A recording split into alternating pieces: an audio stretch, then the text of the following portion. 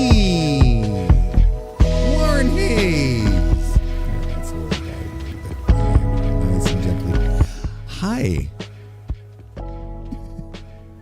Welcome to the Thursday night stream here on the Mr. Warren Hayes Show channel here on ye old YouTube.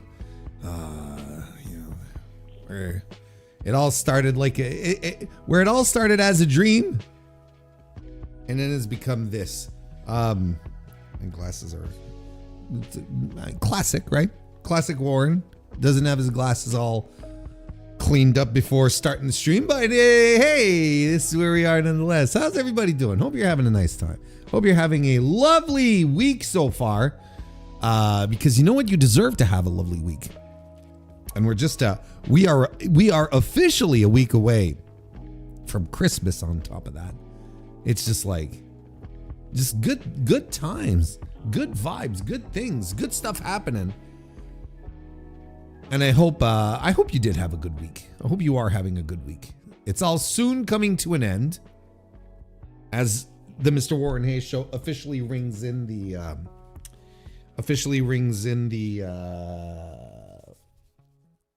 weekend. That's our job here. As I try to get my glasses back on. It's like a goofball. I'm folding my I'm folding my my ears over, trying to get my glasses back on, like there's, you know, it's like some kind of deep equipment. There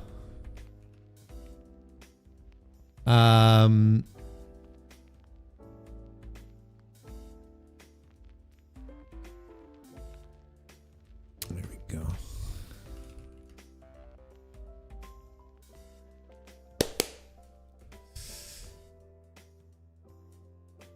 Yeah, I don't know. Sorry, I got a little distracted, but I hope everything's okay. And I had a good couple of days. I had a very busy day today. I had a very, very busy day. I knew that was coming up, but then I'm like, okay, here's the thing. Like, I was supposed to put out the Dynamite review right today, and I still will. I am still going to put it out. Well, I'm going to record it today, and it'll probably be like available tomorrow or whatever. But I was supposed to do that, and I had planned on doing that, but I got to the realization yesterday, and it was once I was confronted with the reality that Dynamite was going to be 3 hours. And I was like, oh, wait a second. This is completely throwing me off, because I had to be up particularly early this morning for work. And I, a shorter night than I usually get. Not by much, but enough where I'm like, I'm not going to be stupid and whatnot. And then I realized, like, okay, so the show finishes at 11. And then I got to record, and then I got to edit, and then I got to drop it on YouTube and Spotify, or podcasts in general. And I'm like, I am never going to have time to do this without like having a 4-hour night's sleep, and I can't do that. There was a time in my life where 3-4 hour nights sleep were regular and were fine, but particularly since the great heart incident of 2024. Was it 2024? Has it been that long already? Since the great heart incident of 2024, I can't do that anymore. I can't go to bed, sleep like 3 hours, then wake up the next morning like on schedule for things, and splash a little water on my face, do one of these with the hair and go out the door. I can't do that anymore. So instead, I decided to get a good night's sleep, which was very, very wise on my part, because it was a big day. And then I'm like, okay, so what I'll do then is I'll do the stream, enjoy it with all the usual suspects and unusual. And then I'll head, once I'm done, then I'll record the Dynamite review and release it. So it's going to be, I guess, a day late, because I'm going to what I'll do is I'll release it in early access for members of the channel, which is what I usually do. But then there'll be like a good solid,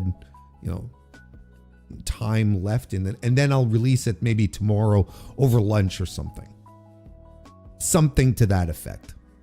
And I think that's fair because, I didn't have time. I come back, coming back, then getting dinner. And then I was like, oh, maybe I can record it before doing the stream. No, there's no point in rushing through it. It's going to be just terrible audio. It's not going to be a good review. No one's going to win. I'm not going to be proud. You guys are going to be like, this kind of sucks more than usual. And it's just going to be a general feeling of disappointment all around. And it's the holidays. You're not supposed to be. I don't want generalized feelings of disappointment during the holidays. I want people to be like merry and full of cheer. That's what I want. So that's the long and short of it. That's why there's no Dynamite review yet, but it's coming very, very soon. It'll be up and around because I there are things I want to talk about. So it was a newsworthy Dynamite, and there you go. There you go. So aside from that, there's really not much else. I'm just keeping things on track, getting ready, keeping myself ready, I should say, ready for anything at all.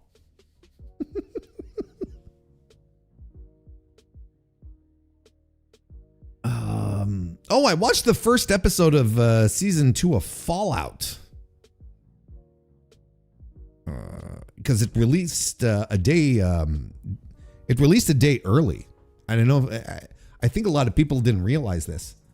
It was supposed to release on the 17th, but on the 16th, it was there. You could jump in and watch it,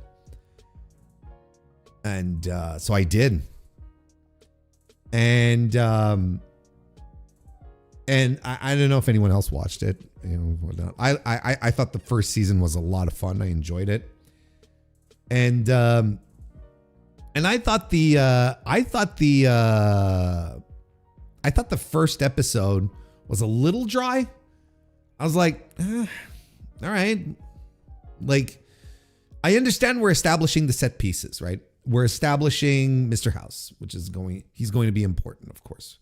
We're doing a lot of things. We're doing a good amount of set dressing in this episode, where I'm kind of like,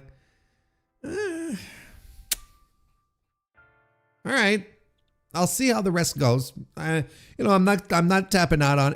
I'm not tapping out at all. But here's one thing that annoys me, and I'm a big Fallout fan. I've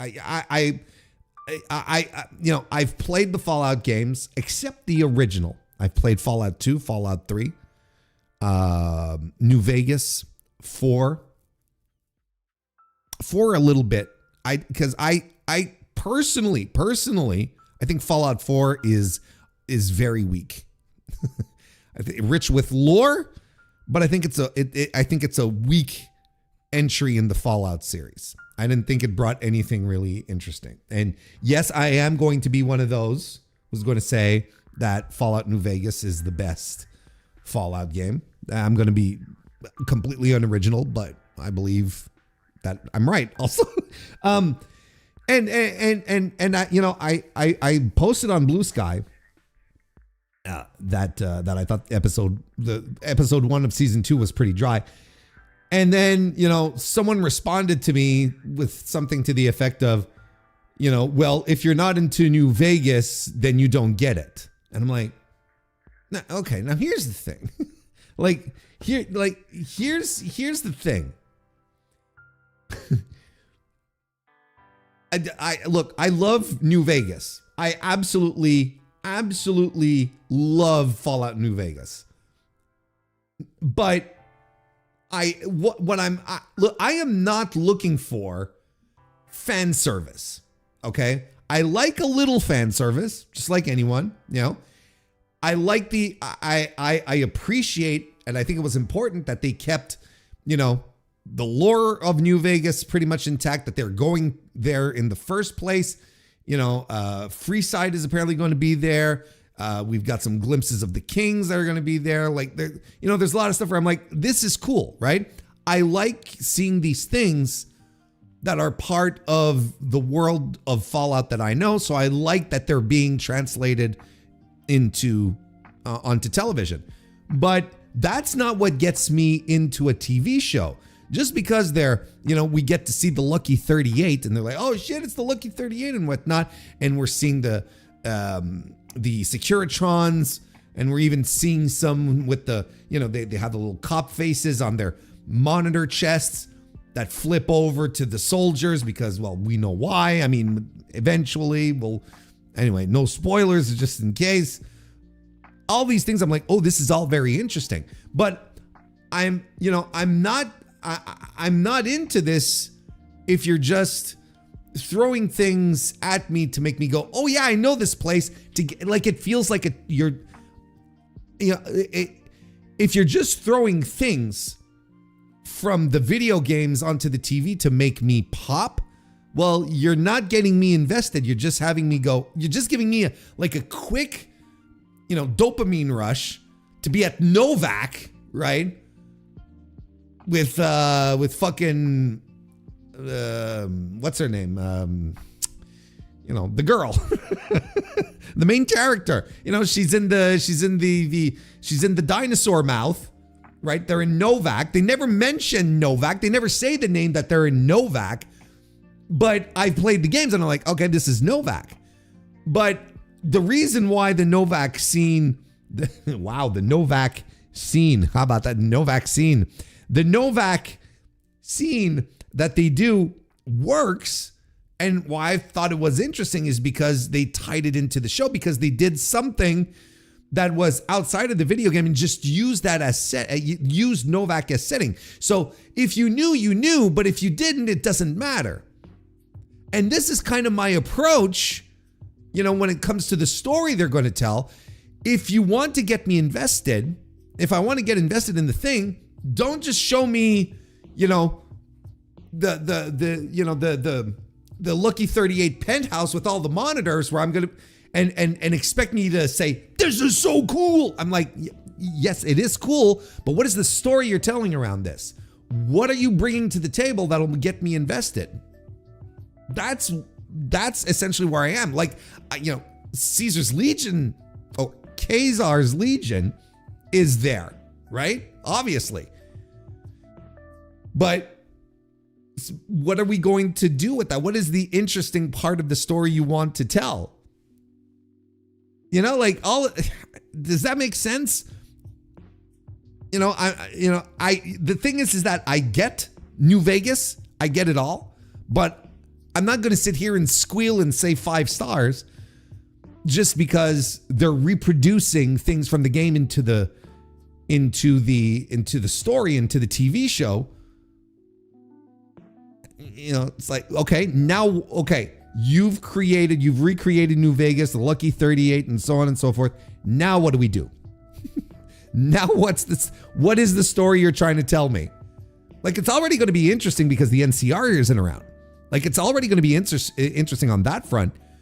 So that's what I'm excited to see. But if you know, just flashing things, concepts from the game, and I'm supposed to like wet myself at how cool it is? No, come on now. You know, that's not how it works. Not for me anyway. I don't know. I kind of want a little substance with my sizzle.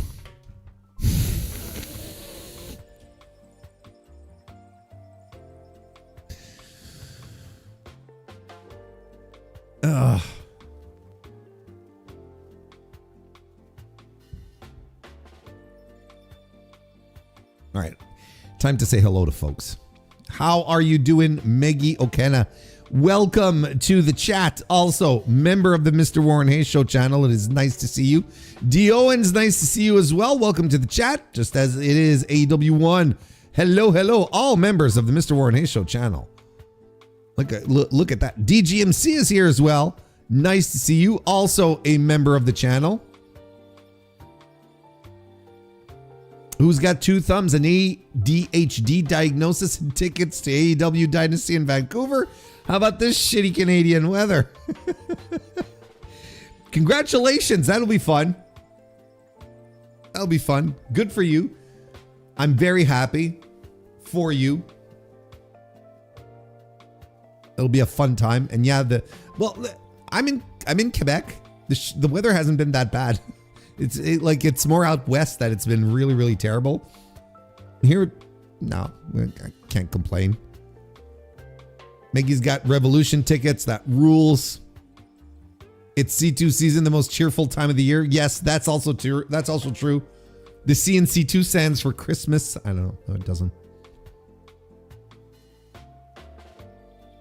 Sad we didn't get 2 episodes to start the season. Yeah. I probably wouldn't be bitching about me finding it dry and then people saying, well, obviously, you didn't watch. You're not into New Vegas. Otherwise, you'd be into this. I'm like, no, not necessarily.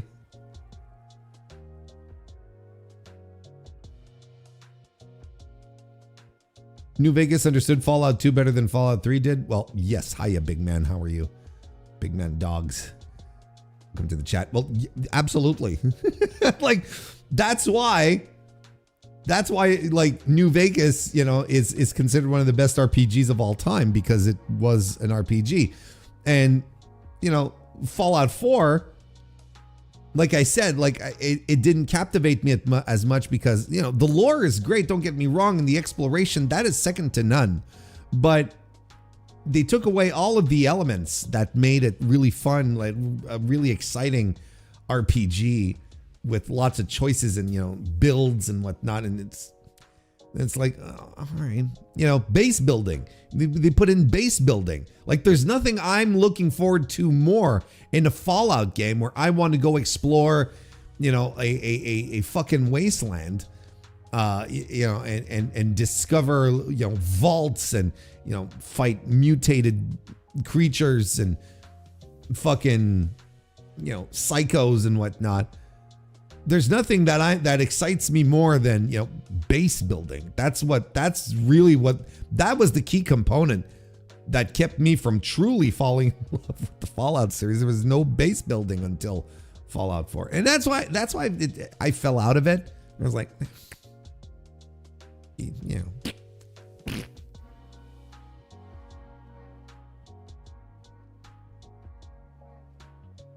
You got to tell a story and do it in a way that justifies its own existence. That's how all adaptations should operate. But I guess I agree.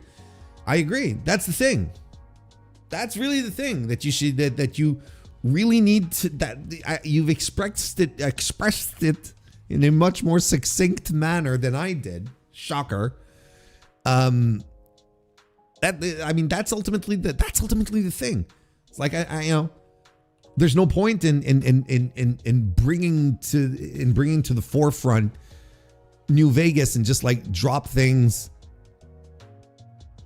and then I'm expected to be like all titillated and excited, and I need the substance.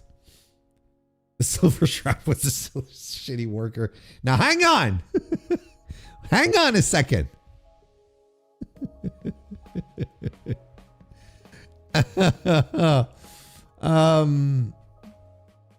So yeah. Also, since we're talking about very nerdy stuff, I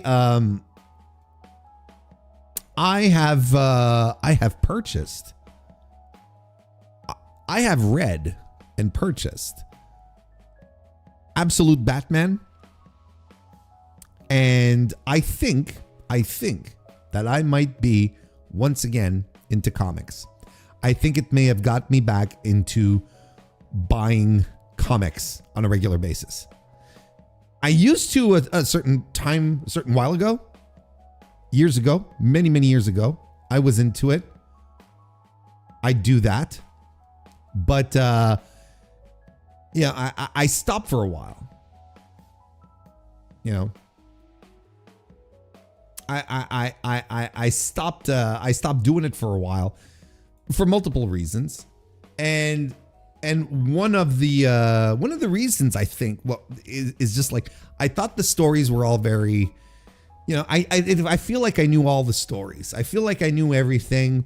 You know, I was always more of a DC guy than Marvel. That being said, particularly the Vertigo stuff, but you know, if we're talking superhero comics, the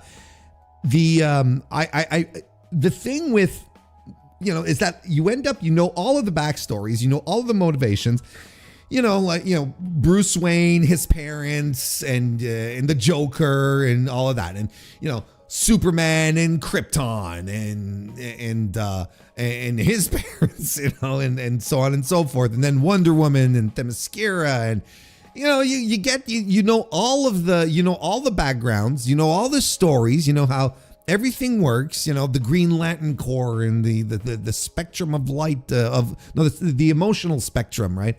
And the Flash and the Flashpoint and the, you know, so you get to a point where it's just like, well, yeah, whenever they decide to reboot things or, you know, start things off fresh again, you're like, well, it's always the same thing because we always go back to the same foundations, which is fine. That's what a mythology is about. But, you know, when you're retreading the same stories over and over again, you can only have so many Dark Knight Returns or Killing jokes within your mythos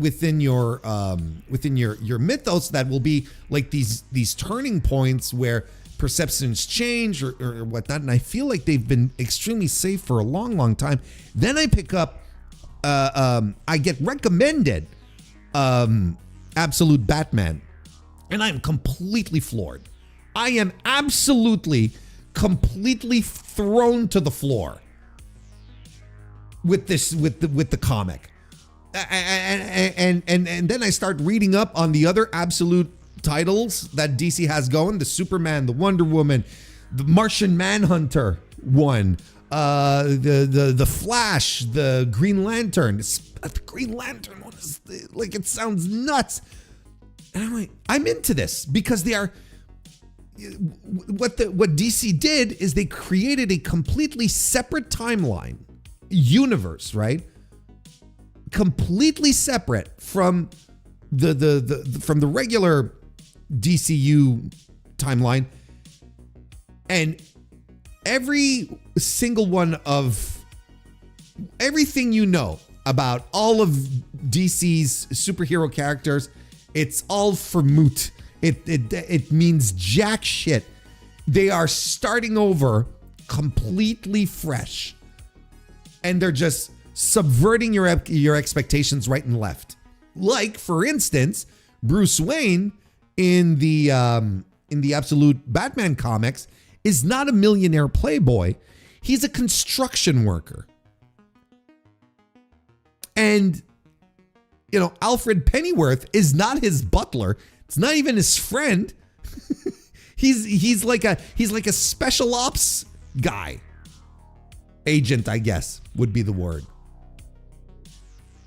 And the Joker, well, the Joker, you just have to read it to believe it. But he's not like a crazed, you know, manic clown that fell into a vat of goo to, you know, whatever. He's the millionaire playboy with the cave.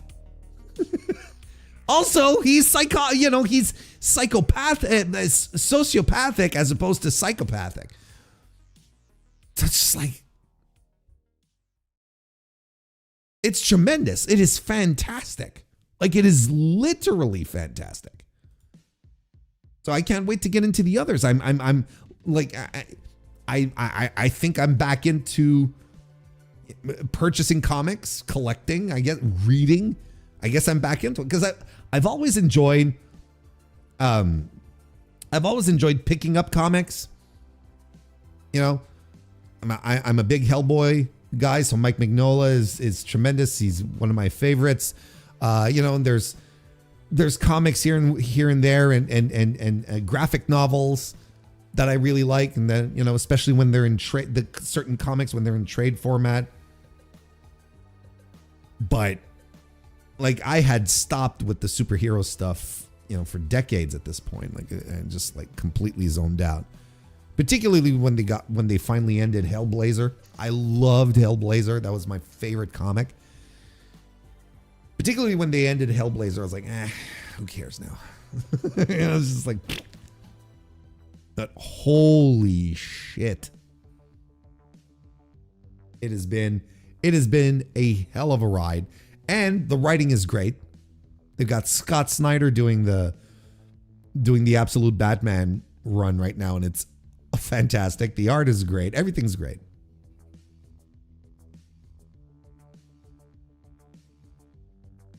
So there we go. So that's the personal update. We'll get to talking about pro wrestling here eventually. Very soon, chicos and chicas. By the way, leave a like on the stream. I know you haven't, because there's more of you than there are likes. See, I can do math sometimes. But, you know, one number lower than other number. That's pretty much it. Sports and Things shows. How you doing, Carlos? Welcome to the chat.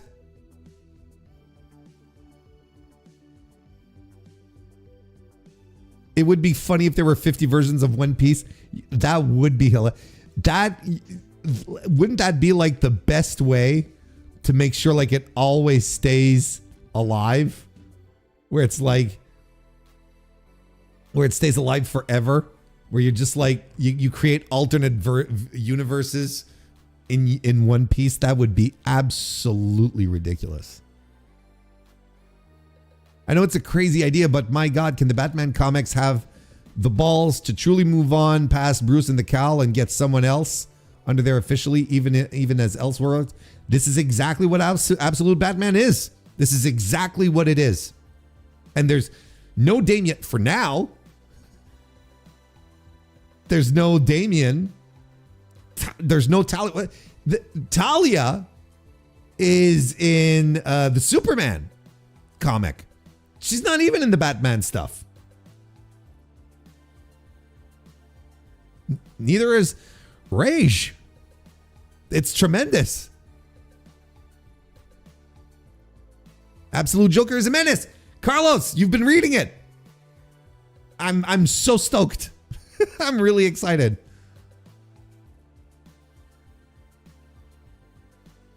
Most of the time I'm in comic hibernation until Garth Ennis pulls out a new Punisher piece. That's a good reason to wake up from hibernation. Did your kid do that Kavinsky sounding background music earlier? No. Nope. He only did the opening theme. The song that just finished. That's the one that's all him. That's the only one that he's contributed on this soundtrack. You know, during the holidays, there's some upgrades I want to do to the stream, like add titles and whatnot to the music as it's playing, so people know what's going on, because there's some pretty good tracks, and I also want to mix it up. We've been on the same soundtrack for a while now, so I want to change things as well. There's one Superman that grows up being raised by a family of Mexican migrant workers. I think I've heard of that one. They should do a Batman that takes place in a fantasy world where Batman is a knight or something. That would pop me huge. Didn't they do that? Isn't there one? Like, I'm not super familiar with all the variants and whatnot, but wasn't there like a comic that was done where Batman is actually like a knight? Like he's actually a dark knight with a full suit of armor, and you know, he rides atop the bat steed. I don't know. So, yeah, not quite sure, but I feel like that's been the case.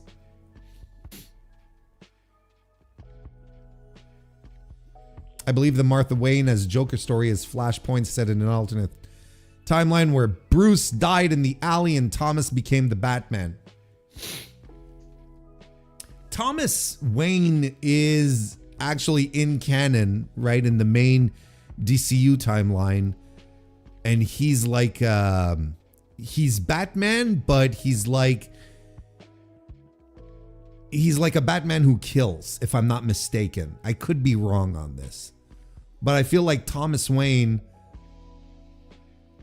is like he and Bruce run into each other, and Thomas is like not impressed, and he has a gun and shit. Like he actually goes out and kills dudes. So it's not a happy father-son reunion type of thing.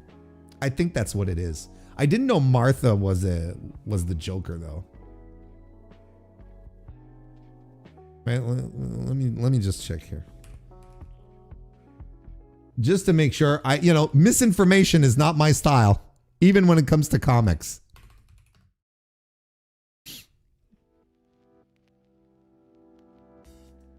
Let's see here. Yeah, Thomas Wayne. Blah, blah, blah, blah.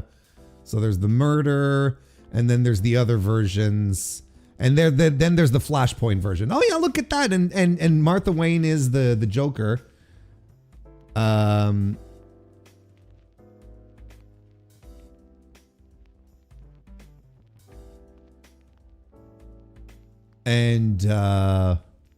Yeah, Thomas Wayne is in the Absolute Universe is a teacher.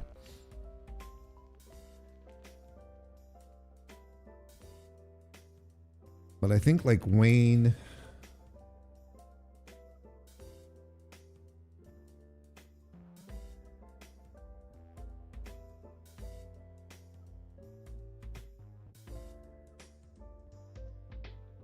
Yeah, I think I can't find exactly the information. Like, what if I just hang on? What if I type in Thomas Wayne Batman guns? Yeah. Yes. In the popular Flashpoint universe, Thomas Wayne becomes Batman after his son Bruce is killed. And unlike Bruce, he embraces guns, using his own .45 pistols and even keeping Joe Chill's gun in the Batcave as a reminder and weapon, making him a far more brutal gun-toting vigilante than his son would ever be.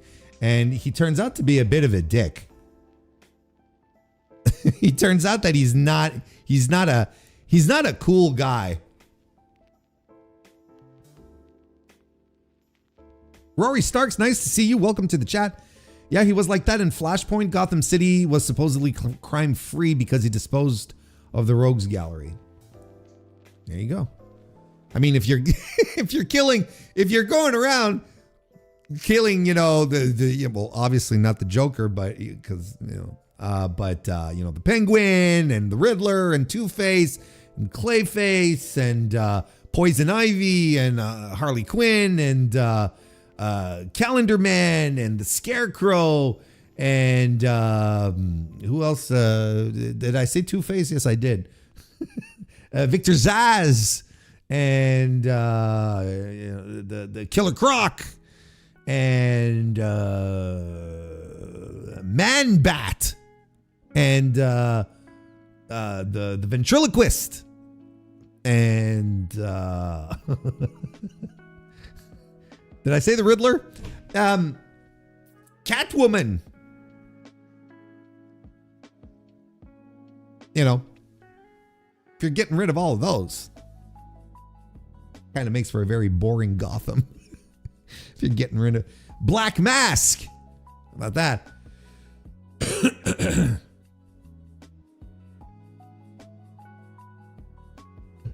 The entire Court of Owls. That's right. You just get rid of the whole Court of Owls. Blam, blam, blam. Then Gotham literally falls apart when you get... And Raj Al Ghul and Talia. Get rid of them all. You say Raj or Raj? Do we have a consensus on the pronunciation of Raj Al Ghul? Raj Al Ghul? I think it's Raj, right? Rhymes with age. I think that's the consensus, right? It's so confusing.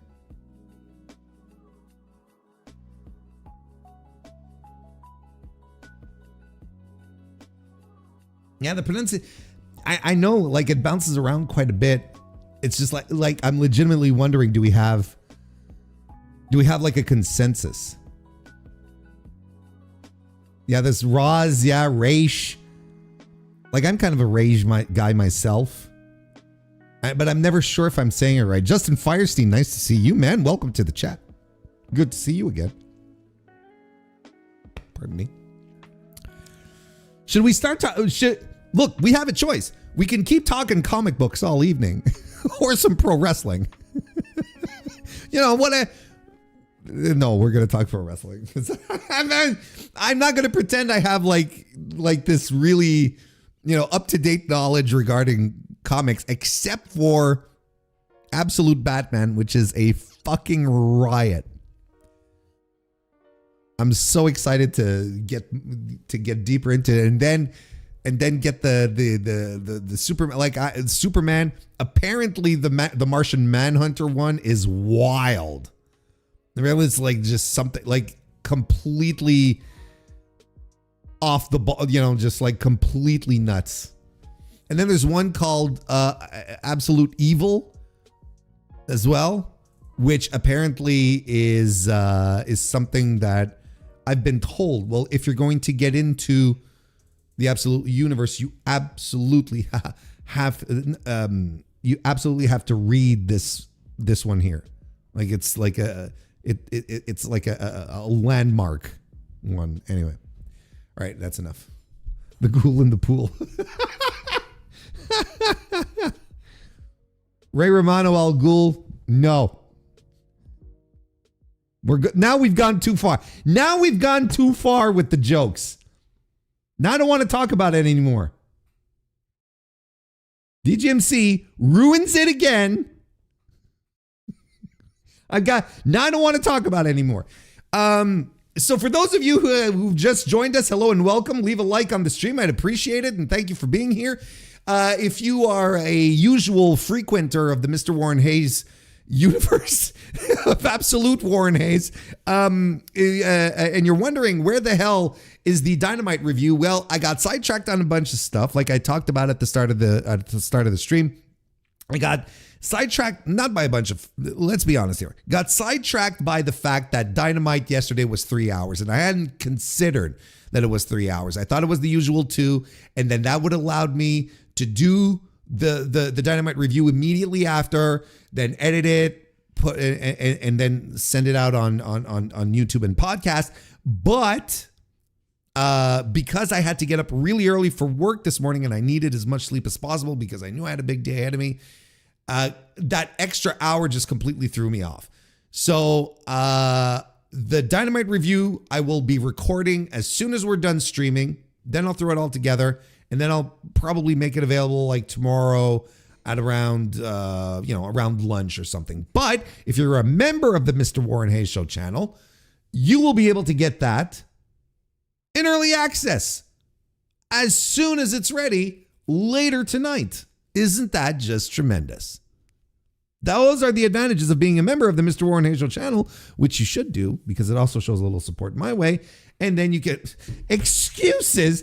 No way, brother. Excuses are below me. I only deal in reality and facts. So there you go. So I'll get it out later tonight. So I wasn't expecting to put it out on Friday, but it's going to be out on Friday, tomorrow. So there we go. As far as the rest of the stuff goes, well, the Mr. Warren Hayes Show is available and is out right now.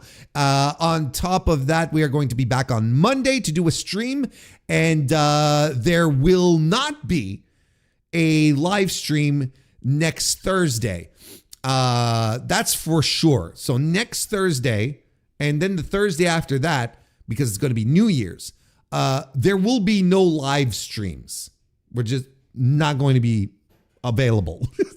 And you shouldn't be hanging around watching wrestling streams on Christmas Day and New Year's Day. Okay. You should be doing something completely else, hanging out with family, friends, loved ones, your pets, or playing video games or, going outside for a walk, snowshoeing. Is anyone into snowshoeing? You should be out there snowshoeing. Like, that's not, we're not doing that. Okay. We're not doing live streams next week. We'll still have podcasts and whatnot.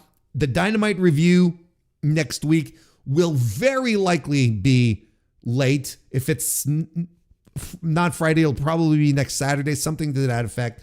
But I will do a Dynamite review eventually. I will get around to it, and I will post it. But it will not be there. There won't be a Dynamite review on Christmas Day. So, that's just how it goes. Because for longtime listeners, or even recent listeners, because I've been talking a lot about it. I'm cooking and getting everything together. I have people coming over.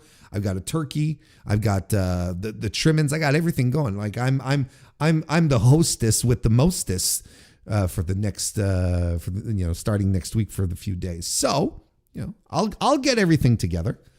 But I'm on. I'm going to be on holiday watch. I'm going to be on holiday watch, and then we'll get back to normal. But don't worry, like I will be around. Like no stream on the 1st, but don't fret. You are going. I'm going to give you the whole. I'm going to do a Wrestle Queendom. A Dream Queendom Stardom, the show. I'm going to do a review of that. I'm going to do a review of Wrestle Kingdom, of course. So that, I'm still going to keep busy. But family's around, people are around. That's what we're going to do. Do you have a wrestling themed apron? I wish I did. I do not. Just have a nice black and red one. It's a nice apron. It's not a cheap apron. It's a nice apron.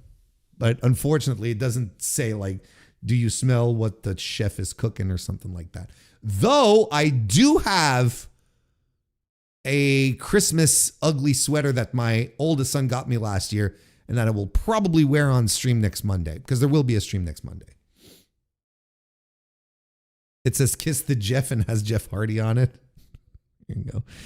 Mr. Antox, nice to see you and welcome. Kristen Ashley, nice to see you, darling. And welcome to the chat. Also, she happens to be a member of the Mr. Warren Hayes Show channel. I was very worried, but I'm okay now. Kristen is always there to keep my mind at ease. Say, no, it's okay, it's fine. Don't worry. So she keeps me sane. And then also at the same time, wait, what is this? That's not what we want at all.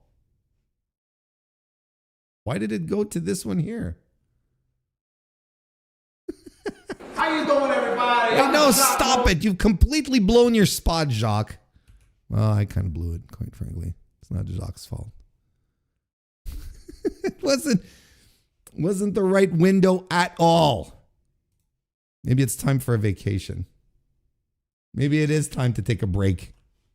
Anyway. Oh, yeah. Just let me tell you a little bit about myself. No, do it properly, Jacques, or get out of here.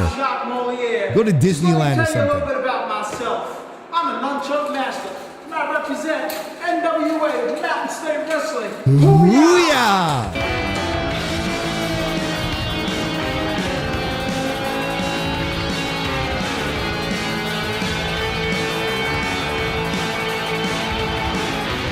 Hey, that guy's 64. Nice to see you. Welcome to the chat. Also a member of the channel. Mr. Warren Hayes of Mr. Warren Hayes Show podcast. How the hell are you doing? We're doing good.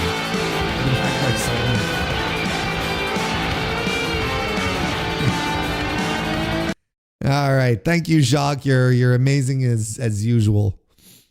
I hope he has a good time. Do we know when Jacques is going to Disneyland? Disney World? It was Disney World, right? He's going to Orlando. He's not going to California, right? He's going to Florida, not to California, right?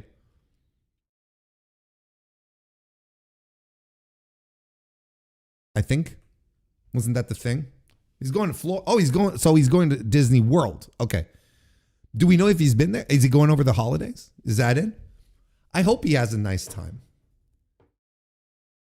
I hope he enjoys it. Tomorrow,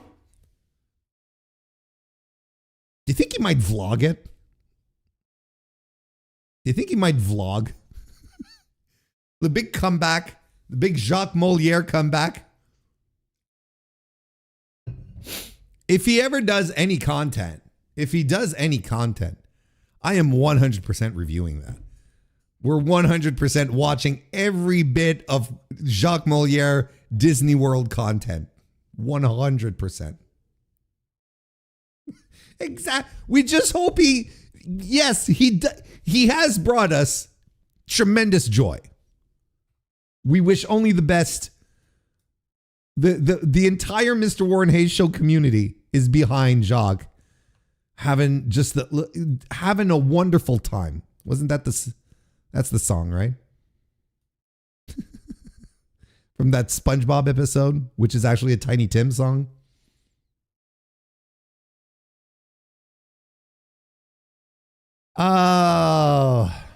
So,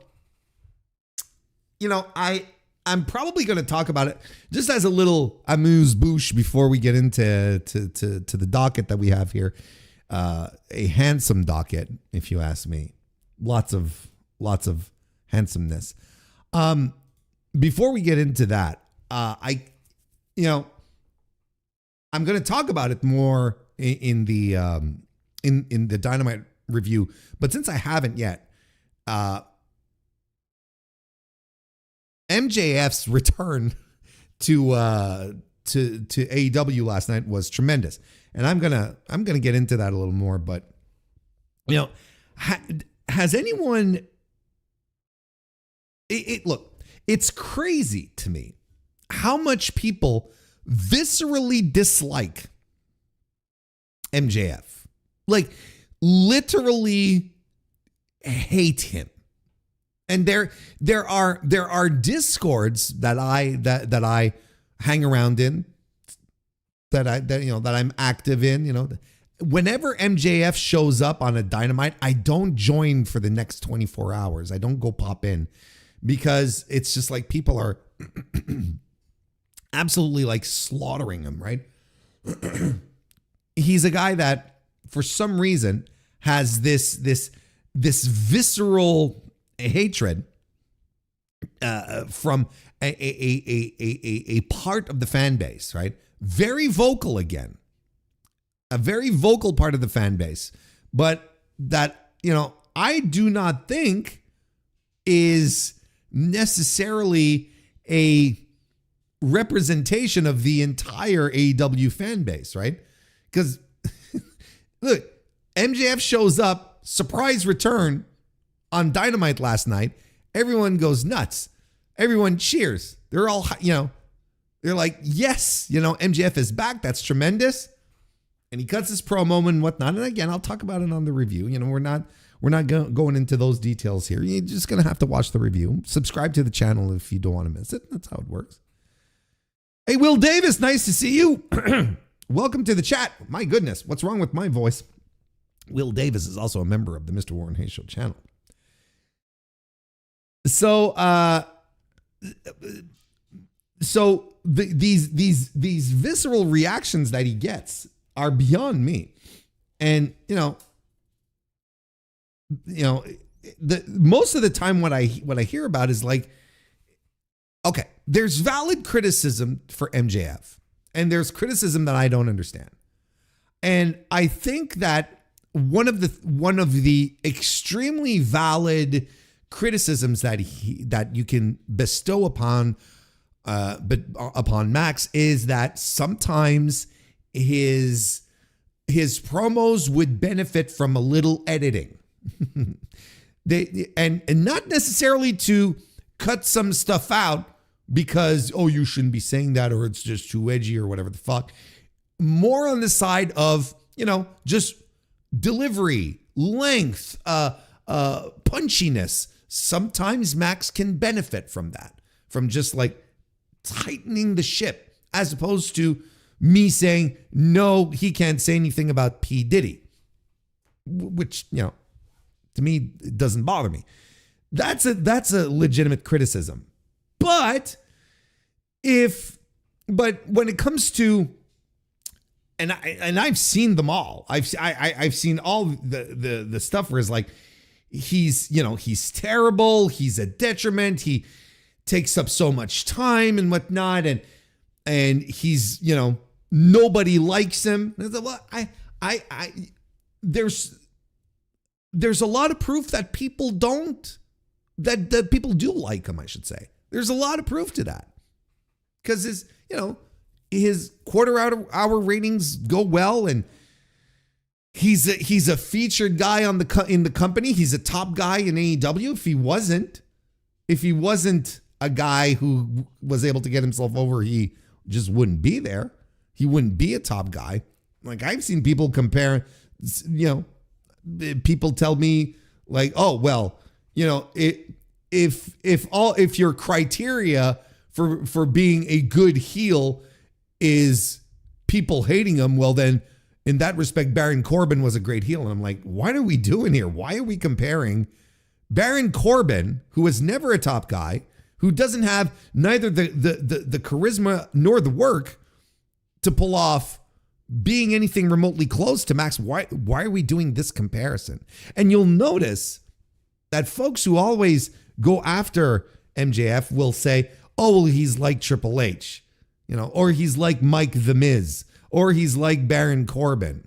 But they'll never compare him to, all these heels that people don't like, but also never had the talent, the ability, the charisma, the work that MJF is able to have. Like, Triple H was a top. Look, we've talked about this so many times. Triple H was a top guy because he was pushed that way. He was a cosplay top guy, but no one bought it. And that's why people didn't like him. It's because we all knew it wasn't earned, because he was being shoved down our throats. The Miz, it's whatever. I don't even consider The Miz to be on the part of this discussion. People don't like him for real. And he's been settled. He's all settled nice and squarely in a nice little mid-card role. And he's been there for years and years. And it doesn't matter. He's on the mid-card. They're not trying to push him as a top guy. We could have a discussion about The Miz if they were trying to convince us that The Miz is a top guy, but I don't care. It's the same thing with Baron Corbin.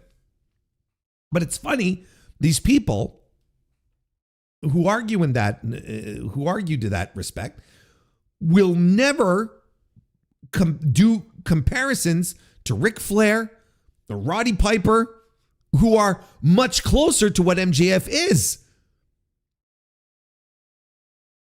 And then they'll say, well, he hasn't accomplished a fraction of what those other two did. Well, he hasn't accomplished a fraction of what Triple H did either. You know what I mean? Like, it goes both ways here. Like, nothing, like, there is an MJF derangement syndrome. There really, really is. People who instantly see him and they're like, oh no, fuck this guy, right? But somehow, despite the fact that there is this visceral dislike of MJF, people are still tuning in. These people still watch the show. They still buy the pay-per-views. It's interesting, isn't it? Like, he's so terrible. He's so awful, but they're still hanging in there. They're still a part of they're still a part of the viewing audience. So if he was that awful, if he was that miserable as a top guy, wouldn't you tune out? When MJF was a babyface, people started to tune out. It was during the brochacho stuff that AEW started really losing viewership, attendance. It was during an era where MJF tried to be a babyface, which I thought he was overall pretty good at. I think he understands the sensibilities of both. He's just better as a heel, and I think the fans want him as a heel. But you know, like it's insane. I don't want to say insane. It's wild that, you know, we complain about him being, you know, this terrible, awful presence, and yet when he's there, things are immediately more compelling. Things are immediately more interesting. But, you know, I get it to a degree. And here's here's the thing that no one wants to say out loud. Here's the thing that no one really wants to say out loud, but if I were to do some research, I am pretty sure that the Venn diagram of Hangman Adam Page fans and MJF haters would just be one circle. I think people I think the Hangman fans, who are extremely vocal, hate MJF, and they just happen to be very vocal. And I think it's one circle.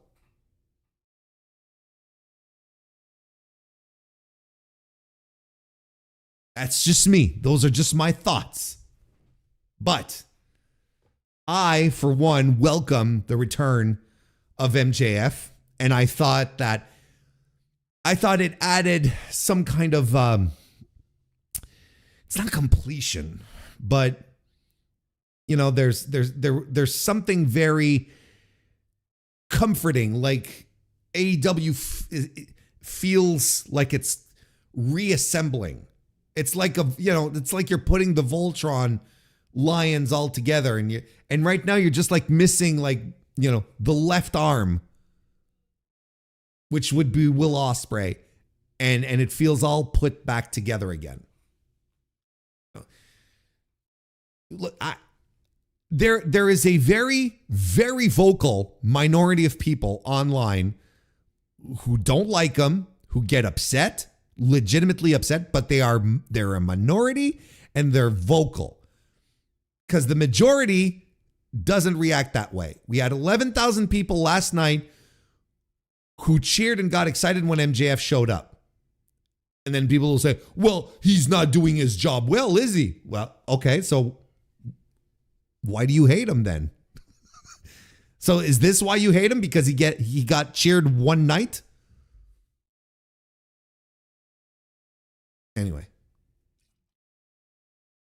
Anyway, it's fine. I just wanted to point it out because I didn't have a chance really to talk about it yet, but I'll dig a little deeper. Dave Schneider, nice to see you and welcome to the chat. MJF always makes AEW look lesser than whenever... Hang on. Excuse me. I'm just stupid. I see what you were trying to say. Let me start over. MJF always makes AEW look lesser than whenever he brings up WWE. Swerve couldn't cut it in WWE, so he had to come crawling over to AEW. How is that lesser than? I don't understand. He's MJF is saying, you know, he couldn't make it there. Right? And he came here and he was a big star. I think the implication is WWE, because he had a whole setup to it where it was like in this part, Max was doing the very classic heel thing of putting over his opponents so that he will look better when he beats them, right? Like that's what a heel should do, right? Let's never forget that a heel who just trashes his opponents, or, you know, that trashes their opponents and never says anything good about them and says they're just jabronis, I can beat them all, and he beats them all. okay, let's say he beats them all. Well, he doesn't look very strong because he's been telling us all these guys are worthless. And if he loses to these guys, then he looks bad because he says they're worthless. So by saying your opponent has good qualities, and you always have something valuable to say about him, then when you beat him, it makes you look better. And if you lose, well, it's like, well, he did say that this guy was very good, right? So of course, then in this circumstance, he lost. So, heels have to do that. Like, that's good practice. It's good heel work to do that. So what he was saying is essentially, because if you just take this out of context, because the context around it was MJF was saying WWE didn't realize what they had in you. And then, you went there, he said it like I always knew you were going to be a star. So you go to that place and they dropped the ball. So you crossed the street and came over here and you became the star you were always meant to be. So that's what he said. He didn't say, you couldn't cut it so you came here. That's not what that wasn't the thing. It was framed as WWE had a sure thing and they didn't realize it. And then you came here and we realized it. That's essentially what he was saying. Would you say people have MJF derangement syndrome, Warren? Yes. The Joe face tattoo line made me pop. Me too. That was... we all try to push that part of Joe's career out of our minds. Sometimes the worst part of wrestling is the fans. I will say he's kind of forced all the other opponents to make some sort of retort to strengthen their claims and rebut their evisceration last night. Exactly. So next week, all three of these guys are going to be in a position where they have to, they're all set up for having great comebacks on MJF. And MJF always gives the babyfaces room for their retorts. Now, if the babyfaces aren't as good, that's not Max's fault. That's on them. And I appreciate Max not toning it down to sort of accommodate the other guy. You're going to have to raise yourself to his level. That's what a healthy competition is. I don't know what the issue is. Like, it's all really good heel work. Now, if people want to get upset over him being an edgelord, I can understand to a degree. How long have we known MJF on a national stage? 5 years now, right? This is always how MJF has been. He's been a try-hard edgelord. He's been like this for 5 fucking years. If people haven't figured out that this is what he is, this is what he does, I don't know what to tell you. And the idea is that this guy always ends up getting his comeuppance, which again is which makes the Triple H stuff an extremely bad comparison. Because Triple H didn't want to lose to guys. He didn't want to look weak. Never forget that Triple H is a guy that told video game publications when promoting a certain video game a long time ago that he could not be he could not be in positions of weakness. He could not be depicted in positions of weakness or losing. Like the comps with Triple H are preposterous. The minute you start thinking about Triple H's career, they don't work. They don't hold up. They just don't hold up. Jesus Christ, Max went to wrestle one of the best matches of the year in Arena Mexico this year in front of 16,000 people, and he lost. He let himself lose, put over the hometown hero. This is a guy who gets it. He understands it. But somehow we're supposed to believe like he's walking around with his shovel doing some Triple H cosplay. I don't get it. I really don't. I don't understand.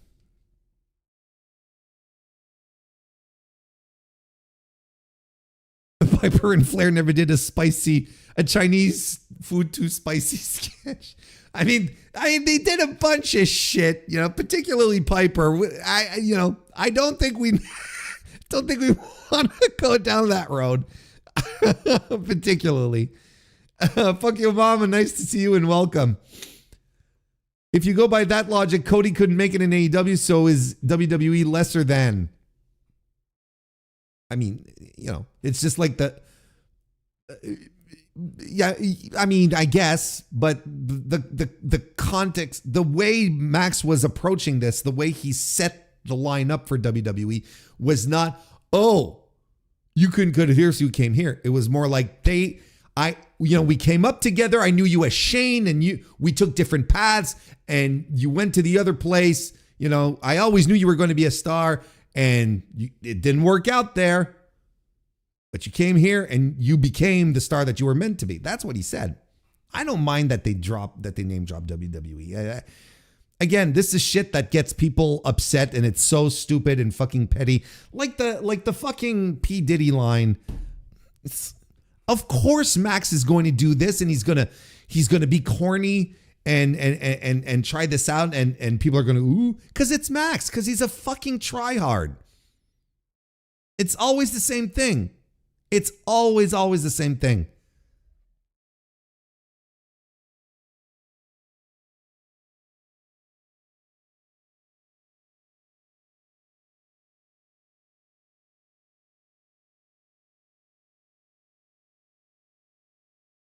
People forget Max has been taking a lot of L's this year to a lot of top guys: Hangman, Ospreay, Mystico, even Mark Briscoe. They'll have tunnel vision. There amongst a certain group chat that I'm in, people we refer to this type of situation where people hyper focus on one detail of an entire thing and will only focus on one thing and forget and focus all the discourse on this minute little thing, as opposed to everything else that was going on. And we, in that environment, we refer to that as the Brandy Rhodes promo. So what you're having is a Brandy Rhodes promo moment, and that refers to Brandy Rhodes, confronting Jade on that Dynamite years ago, where she came out, with the famous line, who said tonight was open mic night, bitch, right? Because and for multiple reasons, code switching and whatnot, it became an entire point of discourse for days. Nothing else on this show was discussed. It was all hyper focused on this. So it's the same thing. It's the same thing with the P. Diddy comment, where it's like, really, this is what you're going to hone in on. This is what you're going to spend your time talking about, breaking down the P. Diddy comment. So it's a Brandy Rhodes promo moment, essentially, the P. Diddy thing, in my opinion.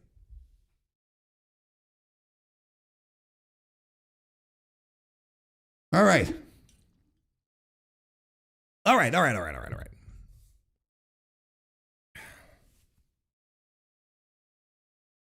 For what it's worth, I saw a lot of people of color calling it racist to compare Swerve to Diddy. It's a joke. Look, I'm not a person of color. I didn't see any inherent racism in there. I don't see it. But he was clearly making a joke, setting it up with the baby oil being a shit rapper. I mean, I saw it coming when he was doing the build-up. I was like, oh my God, is he going to do this? And yes, he did. But again, this is what this is what we're going to hyper focus on. Again, see, this is just because people don't like Max.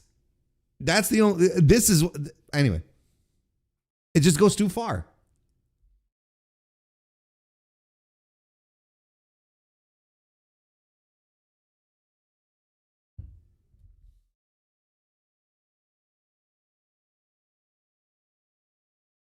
All right. Do you want a little point and laugh? Sometimes it's fun to do. We'll do a little point and laugh here. I got a little segment here lined up. Maybe some of you have already seen this. But this, what a fucking still shot this is. This is from this week's edition of the NXT on CW, where where there was a change in the Women's North American Championship situation. And Thea Hale was fighting champion Blake Monroe, FKA Mariah May. And Thea Hale is just being completely unhinged like she usually is. And well, let's take a look at, like, of course, it's WWE. I got to be careful with how I clip it. But here, let's take a look here, okay? Because whether you like it or not, this is a historical moment in pro wrestling. Like, this is a legitimate, this is a legitimate history-making moment. WWE loves its moments, right? WWE loves its moments. They love their history-making moments. They got one. They got one. This is one of the rare moments where a title was changed in a completely unplanned situation. Now, you might be saying, well, Warren, there's recent examples of that. You're completely wrong. It happens fairly frequently. Mox and Phoenix, Monet and Willow. And I'm not talking about calling an audible because one guy is hurt, okay? I'm talking about a completely unplanned finish. Like unexpected, unplanned, no justification other than just pure gobbledygook. That's essentially what I'm talking about here, okay? Here, let's give it the old look-see here. Okay? So what she's going to do here is an incredibly rough senton. Watch how she lands. Oh, yeah. I like that. I shouldn't have paused it. Hang on. Oh, God, Booker T is so fucking annoying. Gotta lower this. Let me run this by you again. Check this out, okay? Like, you know how sentons usually, it's like the upper back shoulders that land on the prone wrestler. She lands with her entire lower back, okay? And she lands flat on Blake Monroe. Like that did not feel good on any level. And then the magic happened. So from what I can tell here, Thea Hale, or I should say, Blake Monroe was supposed to like crucifix her for a pinfall attempt, but it didn't quite go through. I would say because the way that that Hale is positioned and the way she's wriggling here, it's almost as if she's giving Monroe the time to get her thing off. But then it doesn't work. So what does Hale do? Well, she does the next best thing. She rolls herself over and pins. And she gets the 3 count. She gets the 3 count. And you will notice that on the 3 count, once the 3 count hits, that's when Blake Monroe raises her arm. Should we watch that again? Check this out. Raise. Comes completely after the 3 count. So she completely whiffed, kicking out of the move. Completely whiffed. Now, I knew immediately something was wrong. I knew immediately something was wrong. Folks, can you point out what was immediately wrong once the pinfall was counted to 3?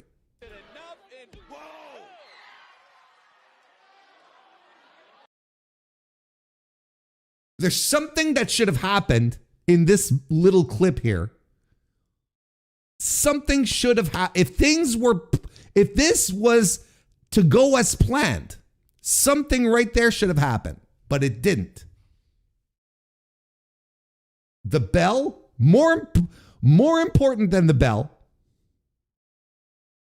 the theme song. The music didn't go off.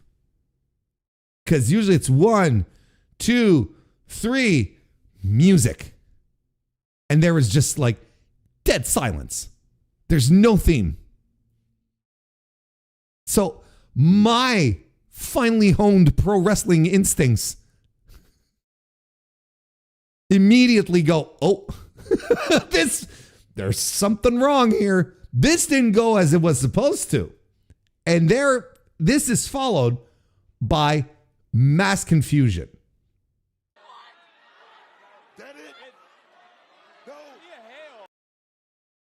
We don't know what's going on.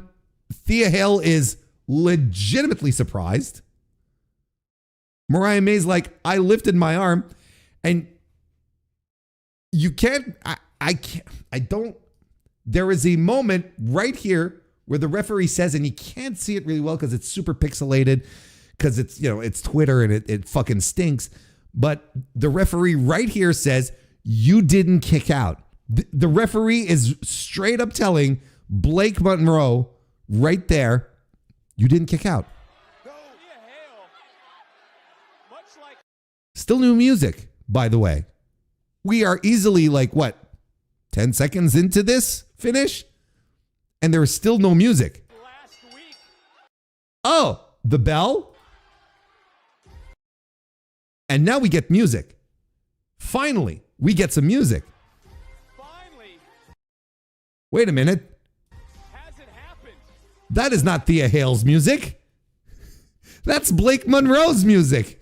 So they played the music that they had queued up, which was Blake Monroe, because she was supposed to win the match. So the referee's going, no, this girl,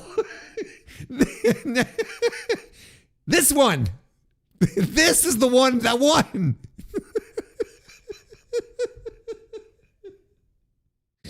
A lot of confusion right now. The official is looking down at Mike Rome. And it is so awkward. Everyone in the audience knows something is wrong. It is the worst possible outcome. We saw the tap last week. And the ref is like, come on, man. Where's the fucking title and whatnot? And there we go. We get the music.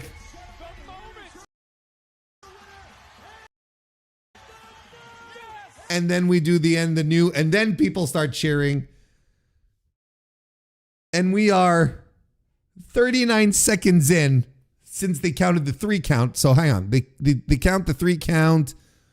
1 right there at 9 seconds. A full half minute went by before everyone figured out that.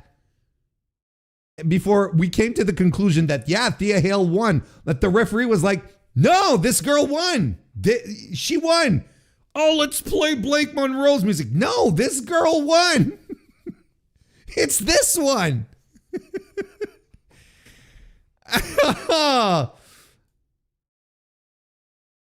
And now, Thea Hale, here's the thing, is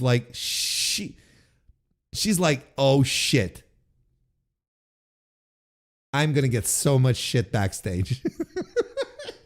She's kneeling there and she's like, I should be really happy. I should be celebrating and whatnot.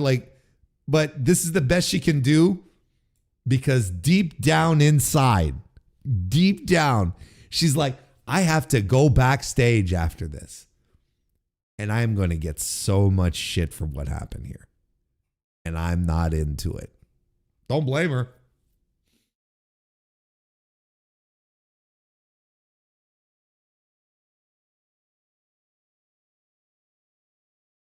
So, and I mean, the poor like, I do feel bad about Mariah May, where it's like, man, this WWE run stinks. Like, I know, like, this is pure happenstance, but her run in WWE has not been good. They brought her in as a face. That wasn't working out, so they immediately turn her heel. Then they give her this fucking, then like she's supposed to be like the Barbie, right? She's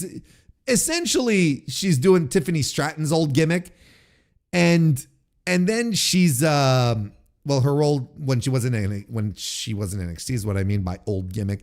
And then she Blake Monroe, they do a thing where she has a split personality, where she has like a mean side and a good side, and then both sides talk to each other because now I guess she's schizophrenic or whatever.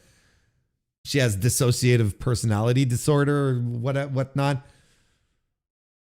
It's like it's all crazy. There's a lot of people saying, she fucking sucks and just burying her, right? Just completely burying her. But yeah, do I have any theories about what went wrong? I do. I think the main theory is that she got the wind fucking knocked out of her with this fucking senton. I mean, look at where she lands. Like that no way that felt good. No way, no how. So she probably got the wind knocked out of her. Maybe because of that, or because of the struggle or whatnot, she doesn't hear the first count. She doesn't hear the first one. And she's like 2. So the second one in her mind is like the first. So she's like 1, 2, kick out. Is it? Oh, wait, no. She fucked up. But I think it's entirely plausible that she fucked up because she really got the wind knocked out of her. That's what I think. Thank you for the hearts. That's so sweet. But that's what I think, though. Don't know if I'm right. But this is legitimate. Like, this is a legendary pro wrestling moment, folks. A legendary moment in professional wrestling. And I salute Thea Hale and Blake Monroe for doing this. Outstanding stuff. The ref went into business for themselves. And here's the thing, is like, it's like, oh, isn't WWE's policy to not call it like a shoot? Their policy has changed so many times throughout the years. It's just like flipped around.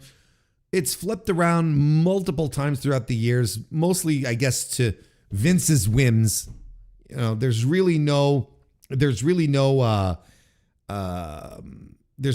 consensus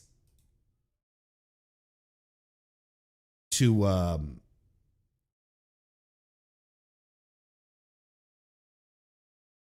there's really no consensus so far ever as to, like, WWE has always been call it like a shoot or whatever the fuck, right? Sometimes it is, and sometimes it's not. It's like, follow the story, whatever. So maybe following what happened a few weeks ago in 3, maybe with what happened a few weeks ago, you remember the Jade Tiffany Stratton disaster? That was another bad one. Maybe they turned around and said, okay, people, you call it as a shoot. Just call it as a shoot moving forward. So this guy was just following orders, which is honestly the best thing to do. It's the best. Let's be clear about a thing here. Telling your referees to call it as a shoot is legitimately the best thing to do, because the opposite always looks goofy and wrong. So if the ref is told, if the policy for the refs is call it as a shoot, this guy did exactly it. It fucked up whatever finish they had planned, but who gives a shit? This is what bookers are for. Then the booker goes, well, got to pull out the pencil, we're going to have to try something new. So there you go. I mean, that's it. That's essentially it.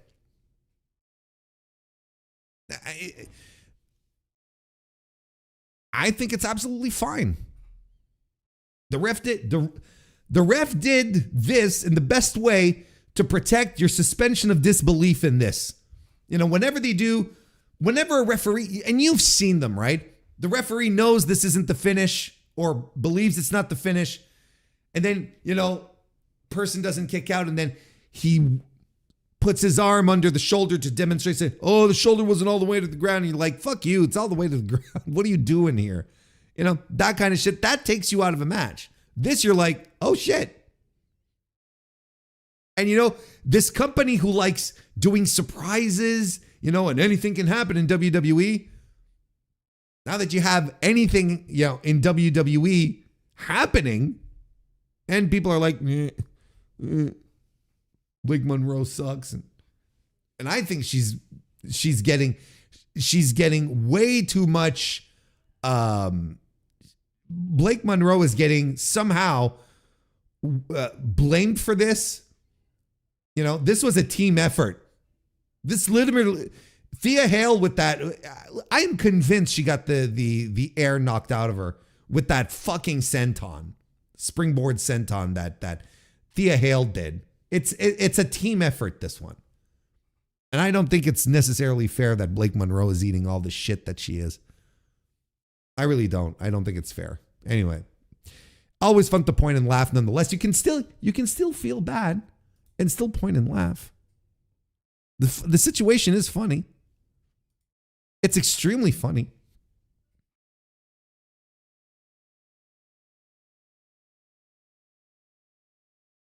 Ref said ring the fucking bell because Mariah's heading to WCW.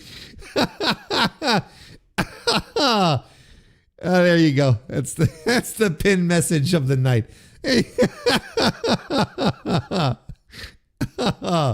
Just a swell of emotions just swept all over me. The quarantine, nice to see you. Welcome to the chat. Unfortunately, yes, I've already talked about that, but I will be talking about it some more in today's AEW Dynamite review, which I will be recording after we're done here. Well, it'll be available tomorrow. I'm saying today. But in this week's AEW Dynamite review, I will be talking about the MJF thing a little more detail, a little more depth. What I should be saying. That would be a disaster to call it as a shoot. You don't get Okada doing 299 kickouts if you do that.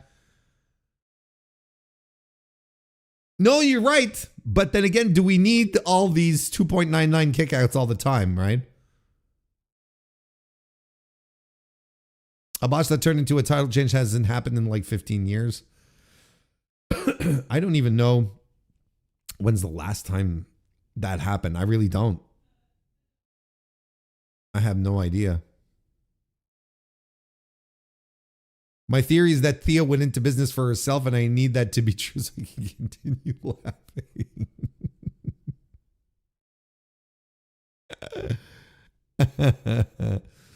You should change your gimmick name to Bad Luck Blake.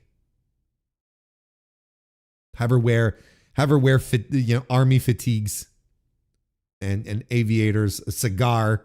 Have her come to the ring with a cigar.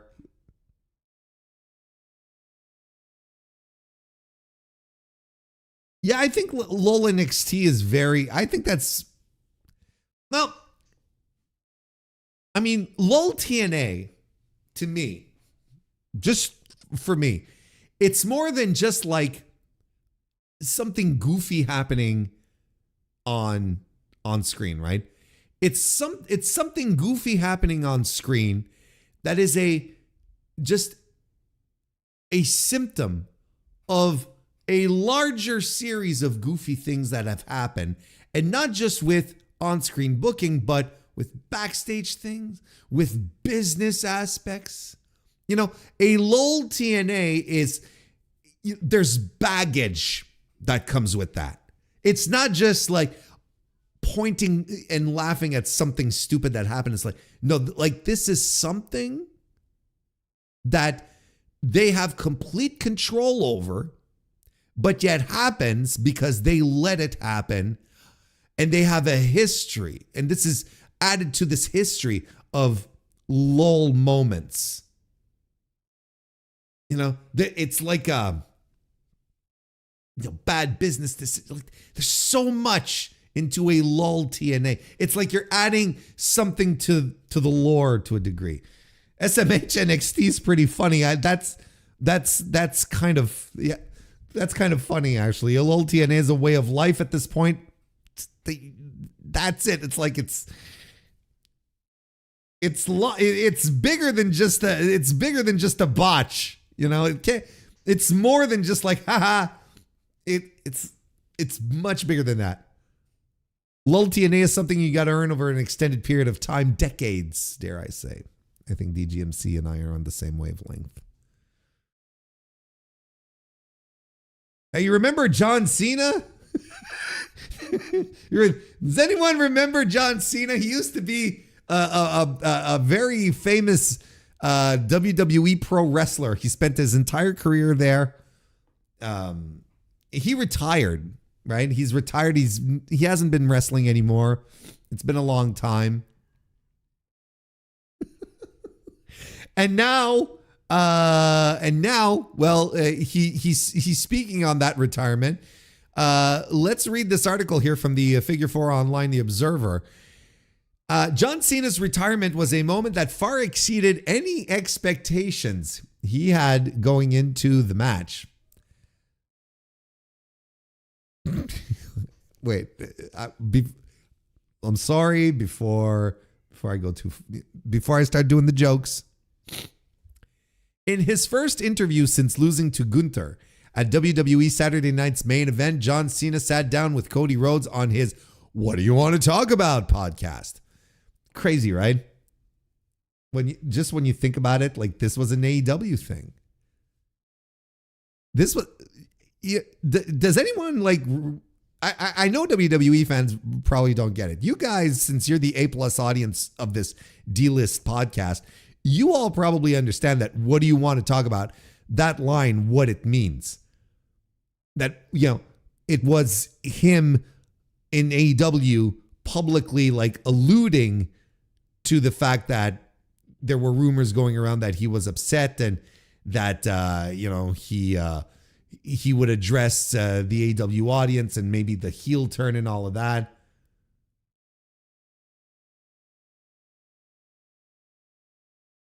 Now it's like a tagline that he uses, and you know. Anyway. So Cena reflected on how meaningful the match and the night was. On how meaningful the match and the night as a whole were to him, excuse me. This is the quote. I envisioned something beautiful. Saturday far exceeded whatever was in my heart and soul. So I know I'm out there one last time. They had to move the side ramps in to put more seats. It almost was like a fire hazard to go down the ramp. You cannot fit any more. I know it's an old wrestler story, but I'm setting the stage for why I was so filled with joy. You can't fit any more people in there. Going up to this event, I made sure everyone I talked to, all of the podcasts I did, I'm like, hey, I know you may not think I'm going to retire. I am. I'm comfortable with that. Please just get the closure you need. So now I'm out there. They hate the guy I'm working with. They universally cheer me. That is fucking rare.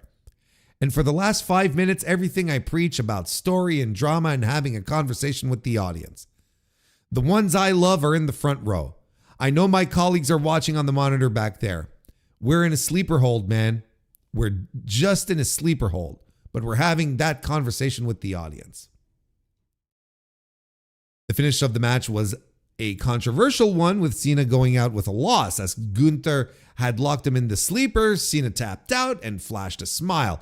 Cena said that to him, the smile was like taking his last breath and going out peacefully. The audience can interpret the moment however they want, and it's fine if they did not see it the same way he did. One more quote from John Cena here. So as I essentially take my last breath, I have struggled. If you think of somebody, the natural causes scenario, or whatever we picture loss in our life. Okay. All of us have been through it. They struggle. They just hang on long enough to make sure to say goodbye to everyone that's been meaningful in their lives. Folks, this is an unhinged comment. This is a pro wrestling fucking angle. And he's like, yeah, this is very akin to grief. Relatable, isn't it? Guy is smiling while he's in a fucking chokehold. And he's like, you know, guys, grief, it's very serious. We've all went through it. And you know your grandmama, you know, who had terminal cancer, and she was just hanging on and struggling with every day, just trying to push through it, but she couldn't, and she gave up. She died. That's what happened to me. Your grandmama was finally at peace. She got the release she needed. And that's what I went through too in my dopey wrestling match. It is such an unhinged comment. I don't know why people aren't talking about this more. It is absolutely fucking unhinged. Well, I know why people aren't talking about it more. It's because of, you know, MJF and P. Diddy. And that whole day was so many unbelievably vulnerable, meaningful conversations. And then you realize I've connected with everybody I love. Physically, I feel great. I think it's time to take that last breath. And that's that. I have to keep going back morbidly to obituaries, but this person died peacefully. This is unhinged. It is nuts. There are people who live with actual fucking grief, like real fucking grief. You tapped out in a scripted wrestling match, buddy.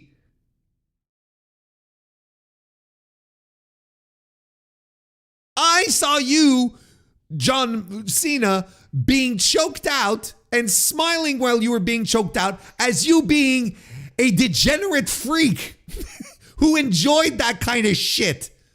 Where you're like, yeah. I was like, okay. Weirdo.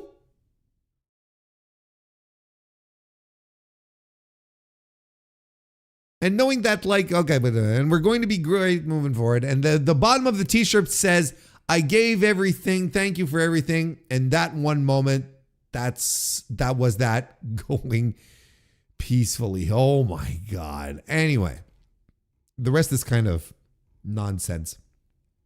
Yeah, it's an unhinged comment. It is like unbelievable. Where he's going like, yeah, my little wrestling thing here. Yeah. It's kind of like people in hospice. Anyway. It's nuts. But what's even nutser is the fact that John Cena is out here saying, Saturday far exceeded whatever was in my heart and soul. And I'm like, what the fuck is in your heart and soul usually for this to far exceed whatever is in there? Far exceed his expectations, essentially, is what he's saying. How did it far exceed anything? You got a nice little outro, right? Nice little way to end it up. If for those of you who tuned in to the stream on Monday or who listened to the Mr. Warren Hayes show, you already know I enjoyed the match. I thought the match was pretty good. I thought the story they told was sound, made sense. I enjoyed the finish. The smile was dopey, but everything else was fine. He's saying it far exceeded my expectations, essentially, that it went above and beyond what he was hoping for. Parading around with both championship titles in an extremely embarrassing moment, that far exceeded your expectations. Having Triple H to spoil the mood come out and have everyone boo him while you watch teary-eyed a video package instead of grabbing the microphone and having like a real moment. Like, talk to us, John, one last time before you leave. Why didn't John Cena get the opportunity to do that? To just, grab a mic and communicate with his, this great audience that he had one final time. It's kind of bonkers, right? Which, it kind of leads me to believe at this point that John Cena, I know like this is the joke, that he's a robot now. He doesn't have any real human emotions anymore. I mean, is this kind of proof of that? Is this kind of proof?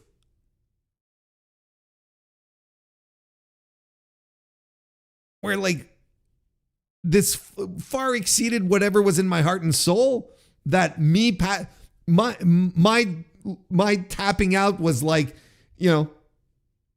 was like passing on, moving on to the great beyond, expiring from this life, something that everyone relates to. You're like, what the fuck, man? This is not grief. It's a dopey wrestling match.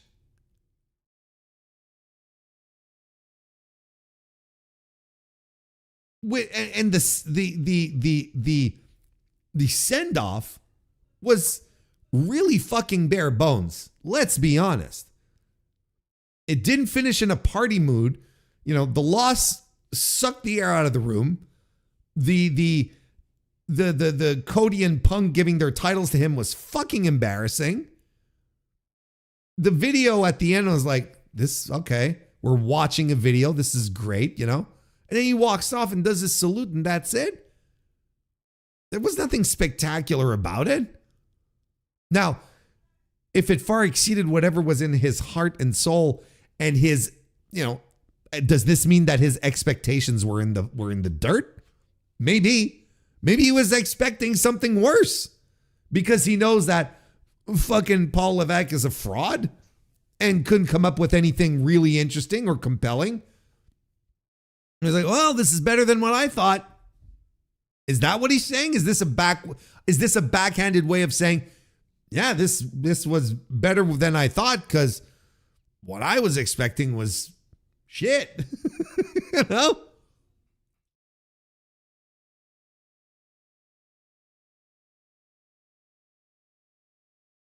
DGMC left a super chat. Thank you so much, DGMC. And a generous one at that. I appreciate it, man. Thank you so much. The universally cheer me, that is fucking rare. Brother, you're supposed to be the top babyface in all of wrestling for the past 20 years, and it took you retiring to get there. Please fuck off.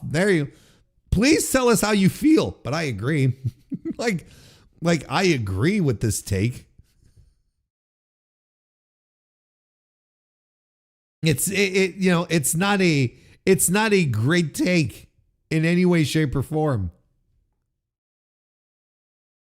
I agree. Please fuck off. Anyway, just wanted to point that out. Cena is clearly happy with how he went, or at least he says he's happy. Because at the same time, let's not forget, he's a company guy. He'll say whatever needs to be said. He's not going to go on Cody's official He's not going to go on Cody's vodka-sponsored official WWE podcast to say, yeah, you know what? I wish it would have been a little better. I really would have liked less Triple H. He's not going to say that. But he might go home to his wife and say it, or he might call James Gunn and say it. Anyway. John Cena, man, he's become an enigma to me. That's fine. Like if I had his level of fame and money, I'd probably be super duper eccentric too. More so than I am today. Did you see how emotional he got when he saw Vince's face? Yes. I mean, are we shocked? The send-off was appropriate. Perfect mirror for his career since 2005. Finish sucks the air out of the room. Audible boost. WWE trying to put lipstick on a pig and pretend it's okay. That's Cena's legacy. That's some good inspiration for an article right there. I'm not going to lie. Hey, Silver Apocalypse, nice to see you and welcome to the chat. Also a member of the channel. I have heard people who truly believe Trips did his best to sabotage Cena's retirement tour.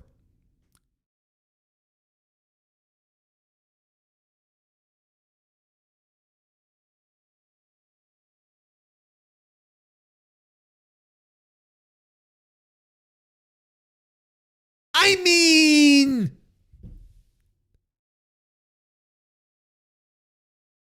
you know, you know what I mean. I don't we talked about, we got all conspiracy-ish, on Monday, talking about old Paul again. Paul Levesque, just in case you're wondering. And my tinfoil theory is that, he wants to get back at all these people that kept him from truly being like the top guy. That there is only one star in WWE and it's him, and he gets to control their fate now.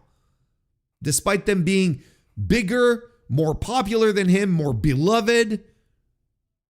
The Rock. The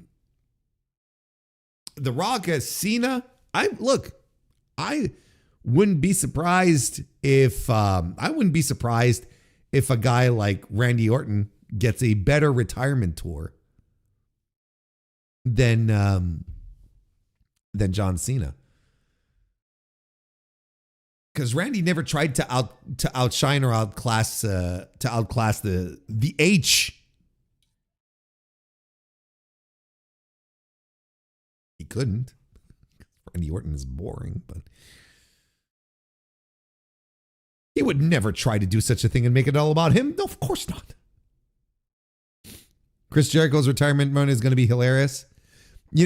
By the way, this is what they're doing with Gunther moving forward, right? Because I don't know if you've been hearing the scuttlebutt, right? But there's a bunch of guys who've been saying they want to retire in 2026. Gunther's going to be the guy to retire them all. Like, retirement runs ending with Gunther is now one of Triple H's booking tropes. Because they clearly want to make Gunther the new legend killer, right?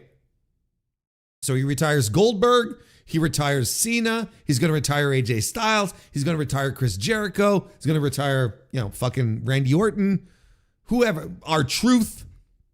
He's going to retire everyone. And that's going to be the gimmick. And there's going to be all of these retirement runs where they're just going to be angles for how Triple H is going to handle it. Yuck. Another great creative idea from the creative genius known as Hunter Hearst Helmsley.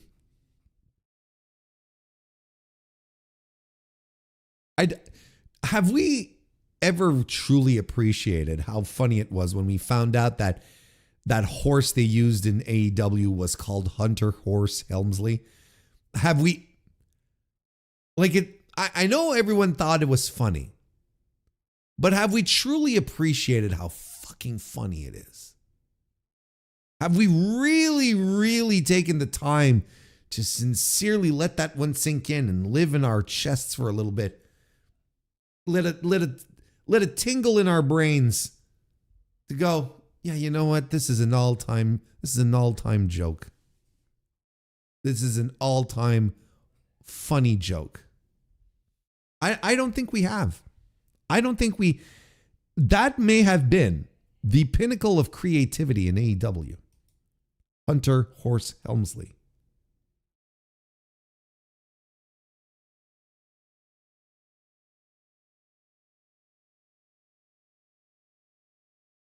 But I worry, Trips knows that he's the most replaceable person in TKO and has to do what he can to make himself the figurehead. This is all true. This is all things we've talked about in the past. And he has to make himself indissociable from the brand. That's the thing. But now, since he's a big dummy, he hasn't realized that now that the WWE audience seems to be showing signs that they're not buying everything that he's cooking anymore, that they're kind of revolting against him. Now that association, which was so positive in the past, can now have a negative connotation.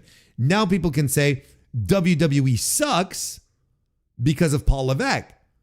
So if you're a hockey team, an NFL team, a baseball team, if your team stinks and you're getting bad press, what do?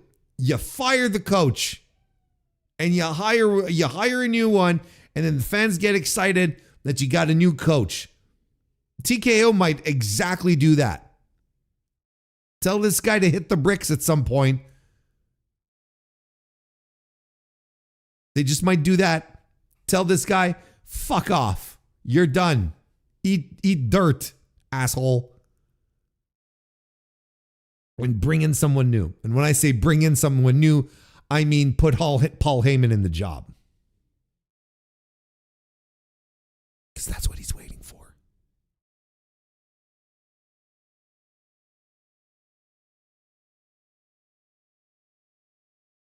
What I worry is that Cena's retirement might give Jericho second thoughts about leaving AEW. Sure. I wouldn't mind if Chris Jericho stayed in AEW. He's not, but I don't care. This has always been a pro Jericho space here. As far as wrestling goes. There's other we're not like completely oblivious. You know, if we're compartmentalizing as far as the pro wrestling goes, this has always been a pro Chris Jericho spot. I don't hate Chris Jericho half as much as most people do, because the hatred is visceral. It's true. They hate Chris Jericho for things that have nothing to do with pro wrestling in general. I mean, I'm also, the thing is, what ultimately, would I mind if Chris Jericho stayed in WWE? No. Would I mind if Chris Jericho went to WWE? No. In fact, I would prefer he went to WWE, and not for the reasons why, not because like, get his stink out of AEW, not even for that. Just like, go get a change of scenery. Changing of sceneries is good. It's good for everyone. It's good for the fans. It's good for the wrestlers. It's good for everyone. Just go there and do something else. It's fine. You know, I don't have a problem with it. There should be more movement. It should be normalized that wrestlers just like move around from spot to spot. That's all. It's, you know, I don't have that big of an issue with it. Just like I won't have that big of an issue if Chris Jericho decides to stay. I don't mind, but he's not staying. He's going back.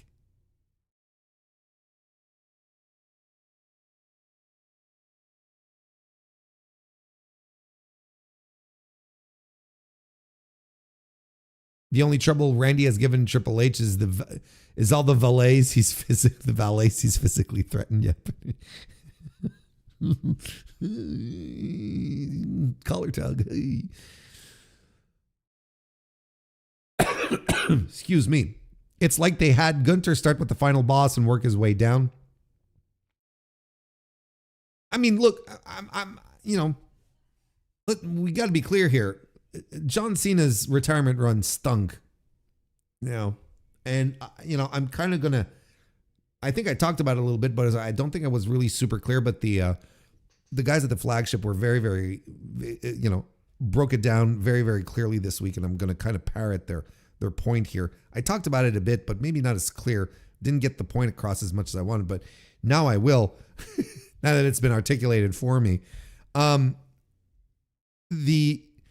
If there truly was a solid creative force in WWE, which there isn't, okay? But if there was,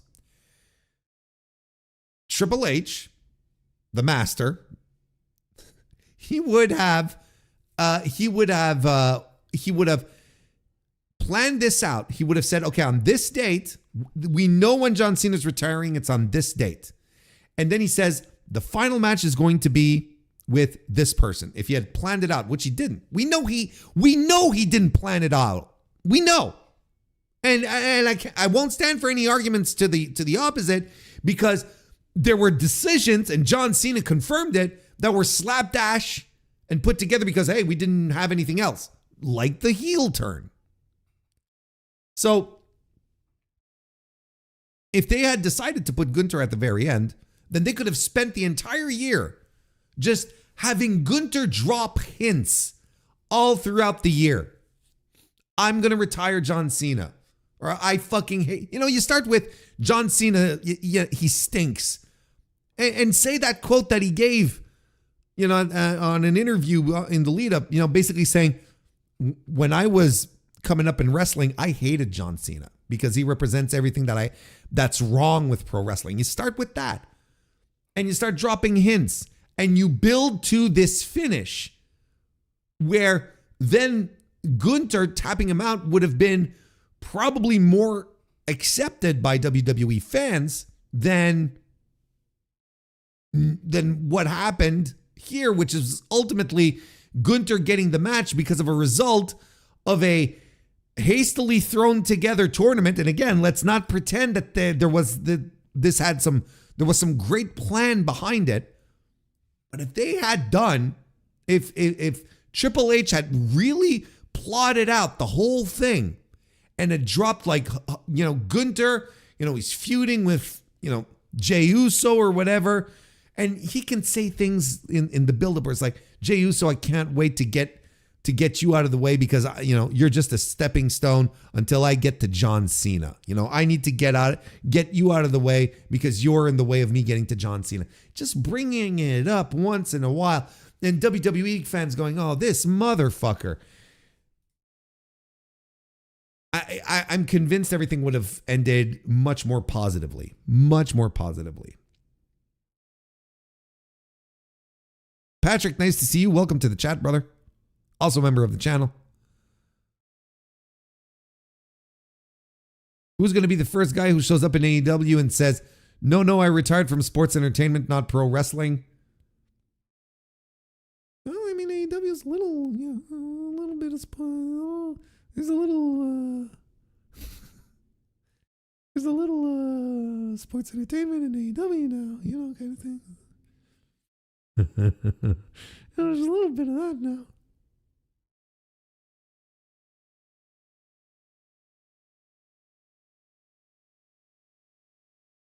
You remember, it's like the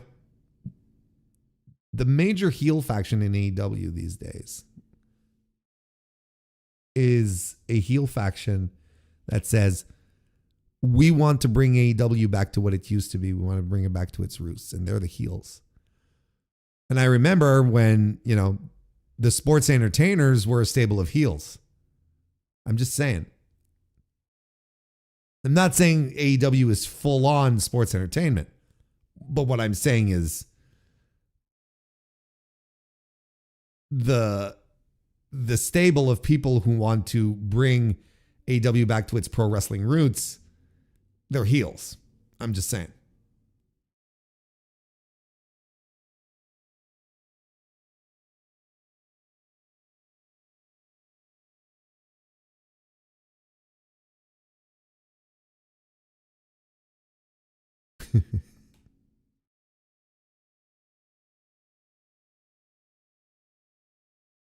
The two surprisers being Dolph Ziggler and Zack Ryder. Oh, of course. I mean, that's just like stupid. Anyway, what time is it? 9:32. Oh, shit. I went on too long. Fuck. Because, okay, we're going to save this. Because I really will save this for Monday. Okay. And in the meantime, if you haven't watched it, Case Lowe, who is the co-host of the wait, what? I'm drawing a blank. The Dragon Gate podcast on Voices of Wrestling. Open the Voice Gate. I had a complete blank here. Yes, thank you, D. Owens.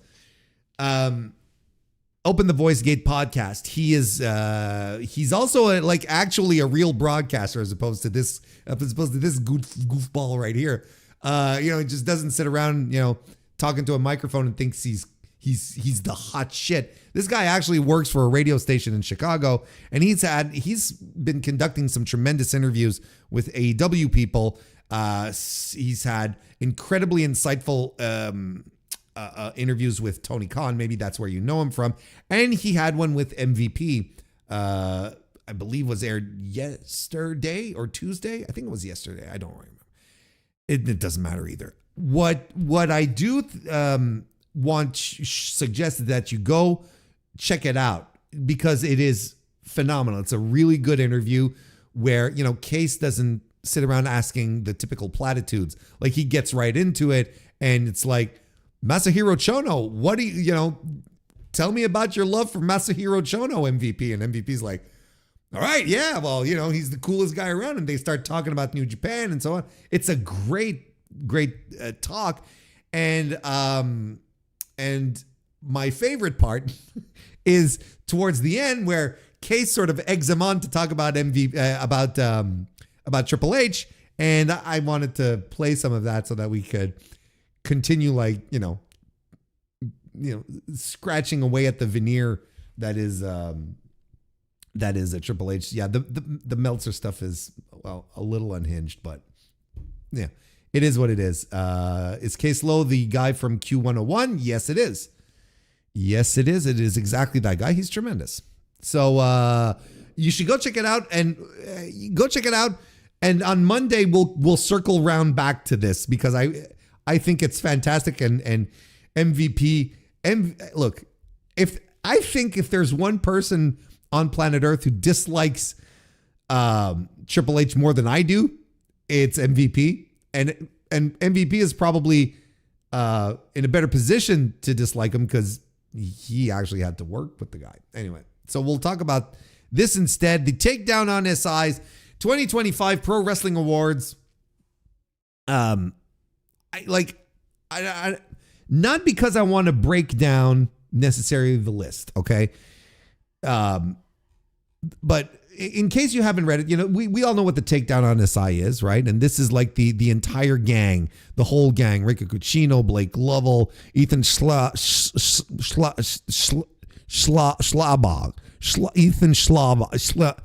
John Alba, Lyric Swinton, Sid Polar III, and Zach Haydorn. They all came together and put together their list of best things of the year. Storyline of the year goes to Hangman Page's redemption arc. Rivalry of the year, Hangman Adam Page and Jon Moxley. Heel turn of the year, Naomi, which is completely insane. Best on the mic, Timeless Toni Storm. I like Toni. I think she's a lot of fun. I disagree with that. I think Toni has really fun, entertaining promos, but I don't think she says much. Best in ring, Will Ospreay. That is a crazy selection for a guy who's been out for 1/7 of the year practically half the year. Anyway, that's kind of unhinged. Breakout Wrestler of the Year, Kyle Fletcher. I think they're 1 year too late. I think 2024 was Kyle Fletcher's breakout year. This year, he's a bona fide superstar. His breakout year was last year. You want to talk about a breakout wrestler in 2025? I think you go with Bandido. Comeback Performer of the Year, Ilya Dragunov. Sure, I can't attest to what he's been doing. I don't watch WWE really. So, okay. Becky Lynch, Bandido. I don't know. Sure. Tag Team of the Year, FTR. Yeah, okay. Probably either them or the Bucks, right?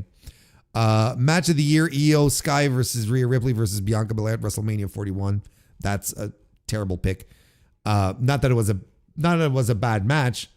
There was so many better matches than that this year. Show of the Year was Double or Nothing, which is accurate. I think it was a great show. If you picked AW Revolution instead, I'm gonna be like, I wouldn't argue. Female Wrestler of the Year is Mercedes Moné. This is true. The Male Wrestler of the Year is Hangman Adam Page. Okay, well, we can have some, reasonable minds can disagree. The problems that I have with the list is that there's no Japanese representation in here. Like, this is clearly like North American, right? It's WWE, it's AEW. So there's when I say North American, I should just say American. It's only WWE, it's only AEW. There's no CMLL representation, no AAA representation for that matter. There's nothing from Japan. It's a bubble list. It's an American wrestling list.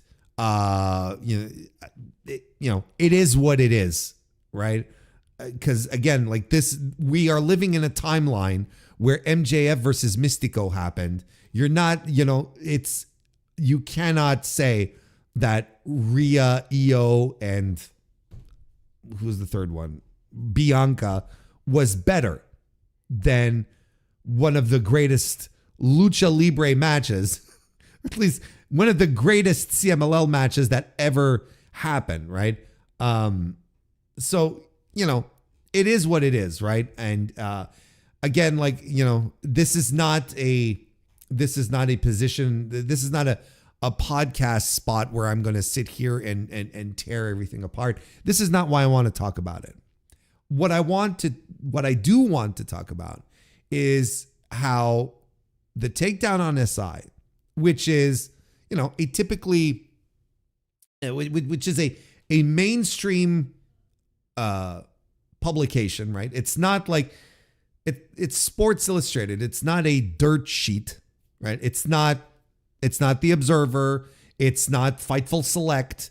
It's not PW Insider. It's something where you're like, oh, okay, like this is supposed to This is supposed to reach more of a mass audience, right? A more general, widespread audience than just like the typical wrestling nerds who follow the dirt sheets. I don't know if you noticed as I was scrolling through the response, not the responses, but the winners. I don't know if you noticed, guys, gals, and non-binary pals. There's not a lot of WWE representation here. There is a lot of AEW people. Like, what did WWE pick up as winners here? Heel turn, which is a weird category, right? Heel turn of the year. It's a weird category to begin with, but regardless, that's not the point I'm trying to make. That, and then match of Ilya Dragunov, forgot about that, as the comeback performer of the year, and then match of the year, right? And that's it. 3. What does that tell me? What does that tell me? That'll be our background here. What does that tell me? What does that tell you? This tells me that the that slowly, this is a sign.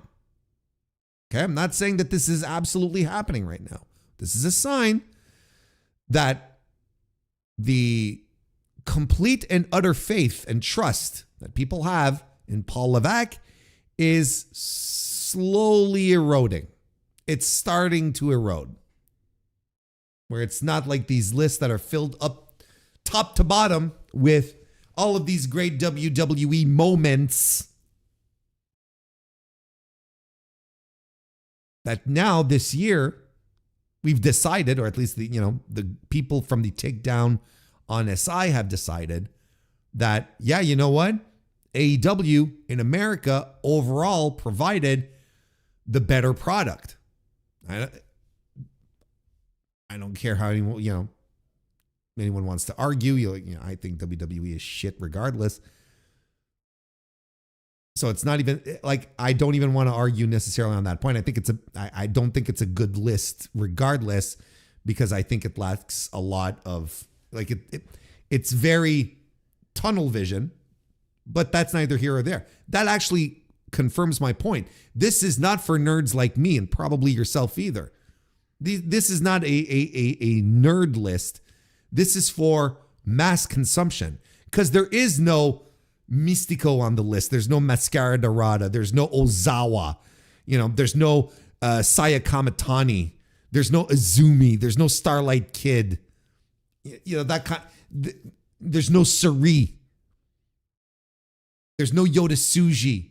There's no Hiroshi Tanahashi. Like the list is not for nerds, not for us like deep nerds. This is for mass consumption. And the mass consumption list here is telling everyone that, hey, you know what? WWE was not good this year. And I'm a little surprised. I'm a little surprised at how hard these guys went in practically like erasing WWE from the picture. 3 minor awards, heel turn of the year. Like they won, 2 minor awards. Match of the year is a big one, right? Typically, you know, heel turn of the year. Who cares? I'm like,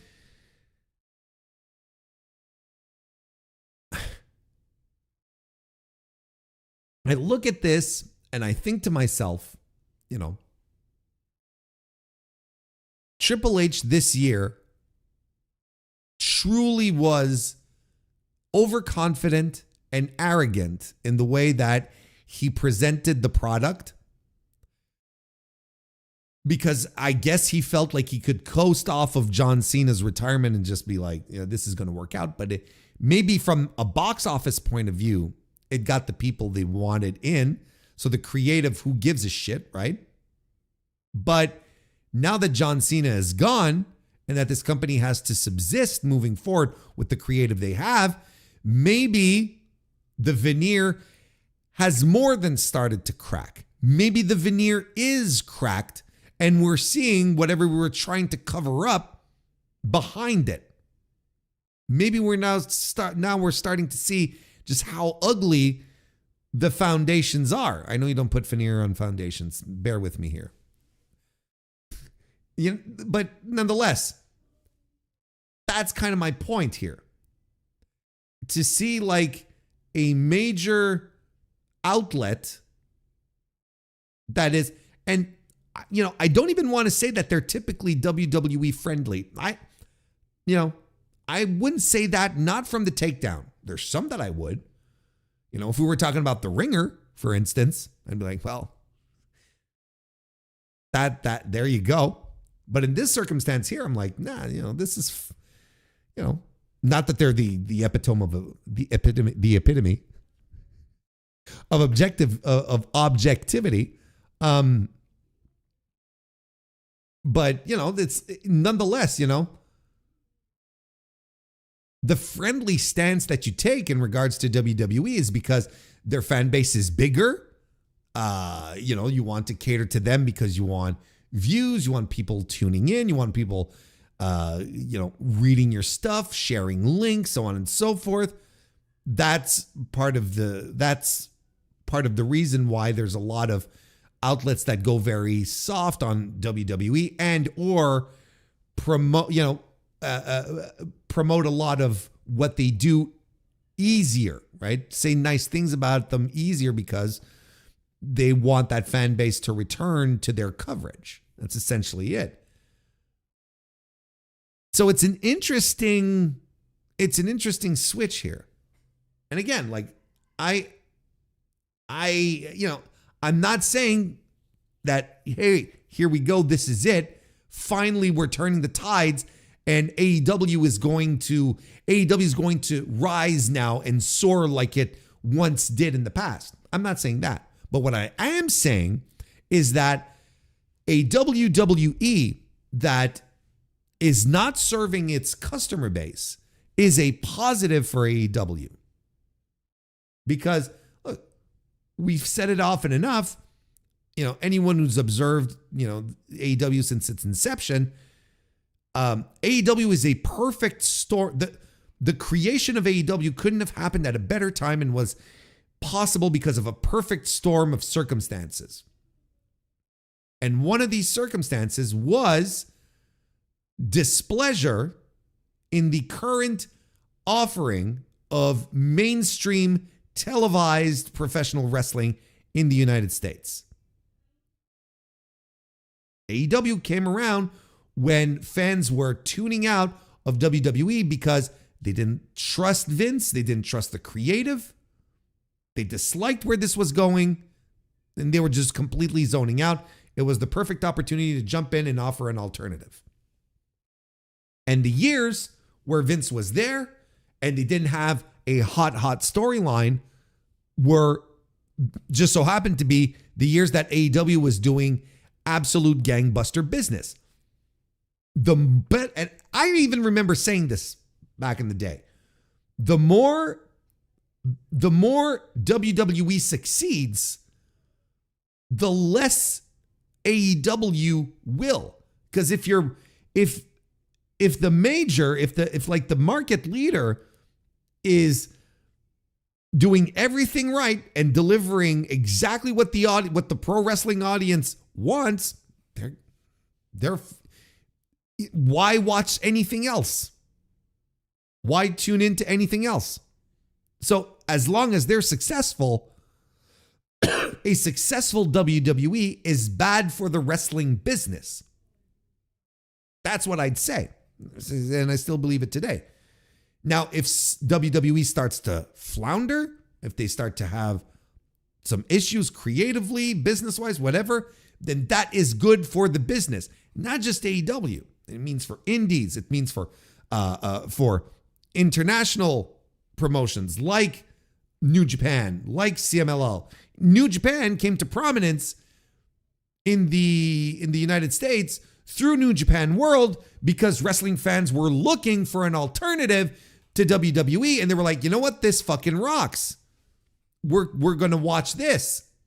And then AEW happened, and then that sort of substituted for New Japan World, but that's a whole other discussion. But this is what I'm getting at.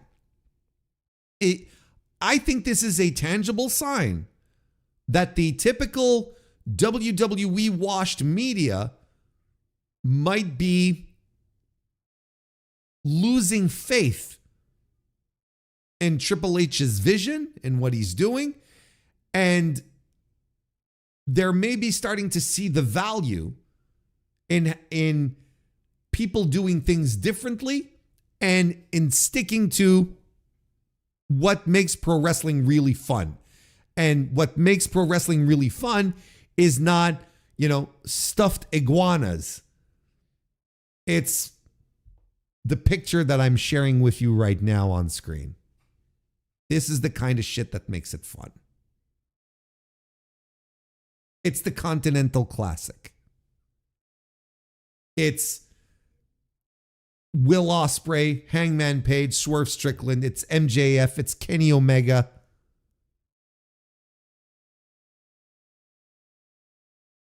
It's the new guys coming up.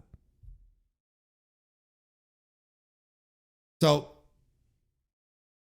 just put a pin in this. We'll see how the rest of the year comes about.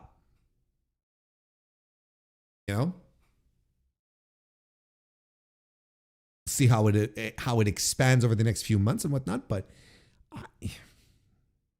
I don't want to hold my breath.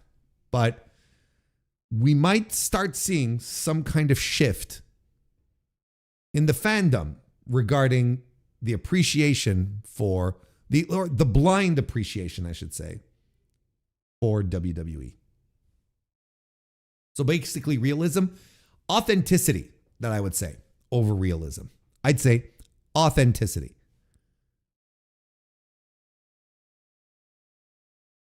Instead of, contrived, overproduced plastic, the stuff that WWE excels at. Sometimes you want gritty. You want something that makes you feel emotions, Authenticity is what I'd say. In order for the challenger brand to succeed, catch up, the leader brand has to damage itself. Happened for WCW when they overtook WWF in the mid-90s and vice versa. In the mid-90s and vice versa in the late 90s. This is true. Authenticity instead of distrucity. No one wants that. No one wants that.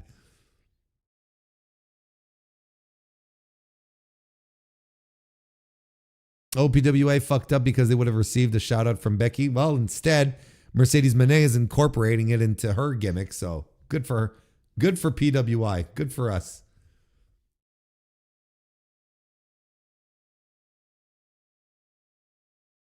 Overconfident, arrogant, and coasting while presenting their product? My God, that's been the WWE way for decades now.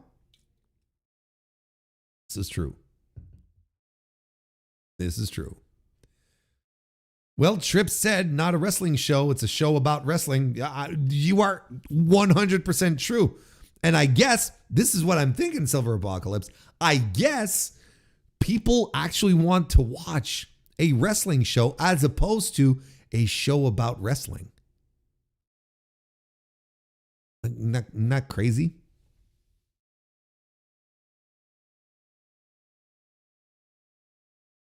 All right.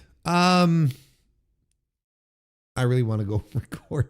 I really want to go record the Dynamite review, but I also want to talk about the Tokyo Sports Awards. Now, if you don't know what Tokyo Sports is, it is a long-time Japanese sports publication that has been covering professional wrestling for a long, long time, but with a little bit of a kayfabe twist. They're not. It's not a dirt sheet.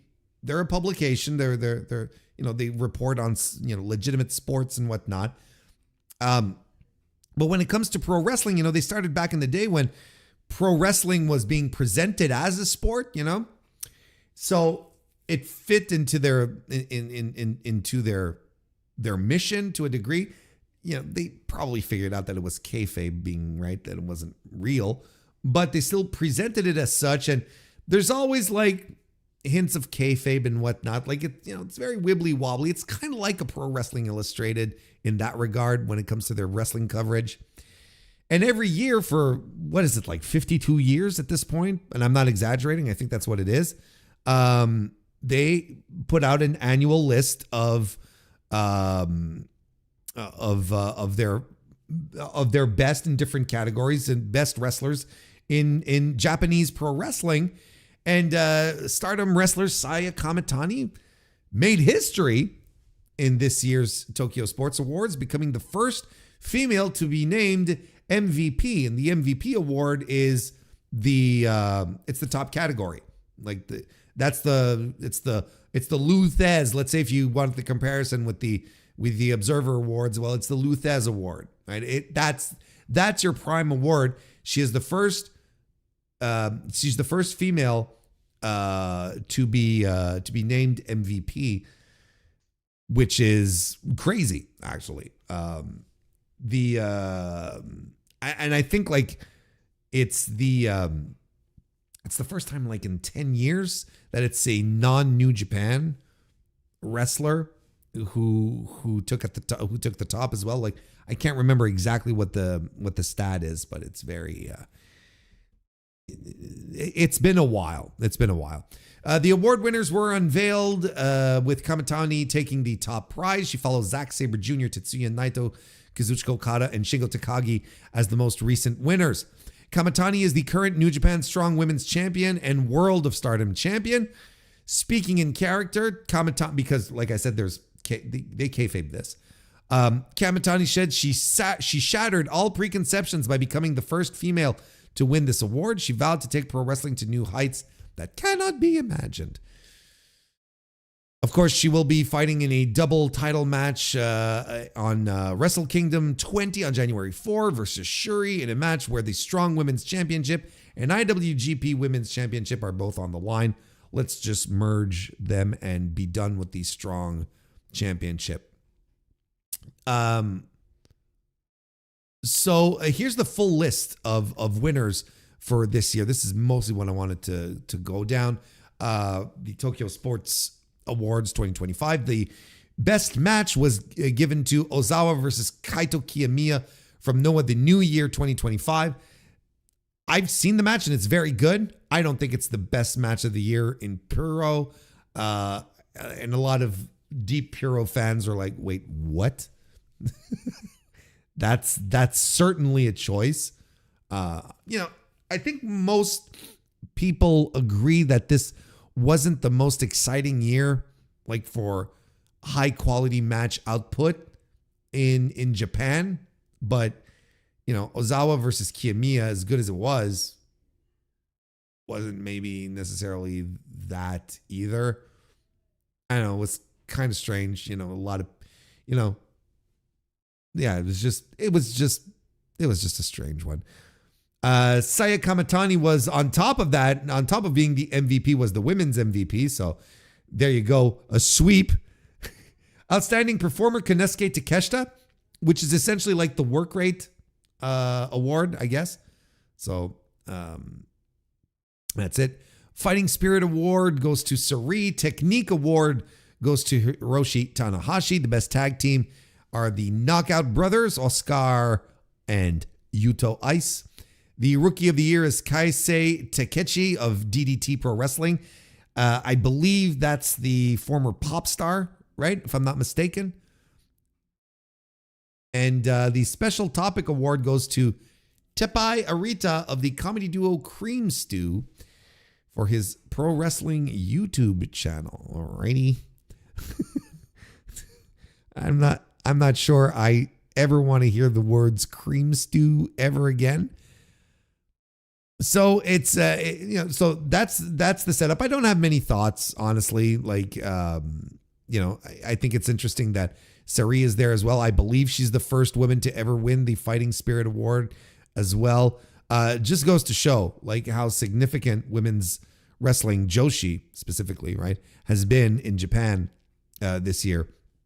It truly has been a driver. It has been a business driver. Also, what's interesting to point out here, if we can get back to the docket, the voting was revealed because Tokyo Sports, they put the ballot for this award is thank you DGMC for the super chat. I appreciate it.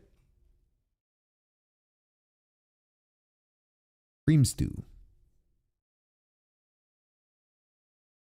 I hope I never say it again now. So basically the ballot is split between 18 voters over there at Tokyo Sports, and this one user here on Twitter broke down the amount of votes that each person got for the MVP category. So Saya Kamitani got 11 votes out of the 18. So that don't want to call it a landslide, but holy smokes. Hiroki Goto, I don't know why the translation misspells his name so bad, but this is Hiroki Goto, got 1 vote. Konosuke Takeshita, 0. Hiroshi Tanahashi, 5, and Ozawa, 2. Now, I think it's very, very fascinating and that Takeshita got 0 because I think it's a direct reflection as to how New Japan fans or Japanese wrestling fans at the very least perceive Takeshita in the year of our Lord 2025 in Japan. I don't think people are all that excited about him either. I don't think he's all that excited. Yeah, like we saw that he didn't get like big reactions or whatnot, right? He wasn't the guy that people were like jumping up and down and being super into. That's just not how, like, he was never received that way, and people were making up excuses and whatnot. Whereas if you listen to some of the actual New Japan fans, they'd say, no, like, this guy's an outsider. He doesn't go here. We're not into it. We're not into him at all, And, amongst smart fans, the AEW Association for New Japan isn't all that great. There's a lot of Japanese fans of pro wrestling that aren't into this concept of AEW being partners and sort of overriding some things, taking talent away and all of that. You all know the drill. So is our boy Takeshita suffering from this perception? Maybe. To me, it's kind of surprising. I was very gung-ho on Takeshita at the start of the year, this year, saying he should just fuck off from AEW and go to New Japan, where he'd probably be a star, because they're starving for really hot, high-skilled workers like he is. He'd be a made man there. Turns out, I guess maybe not exactly. I think the perception of AEW right now is not helping his own personal perception over there. And he's been having a great year in AEW. So just like, stay where you are, pal. You're making more money regardless. And you've got your 3 contracts and whatnot. You guys living the dream. And he's still an IWGP World Heavyweight Champion. Might not be an exciting one. And he'll probably be dropping the title in Wrestle Kingdom. But 0 votes is very, very, very surprising to me. Anyway, just a few pithy thoughts there on the Tokyo Sports Awards. Sent you a tweet about the PWI tag team issue, the TNA spot. Oh, good grief.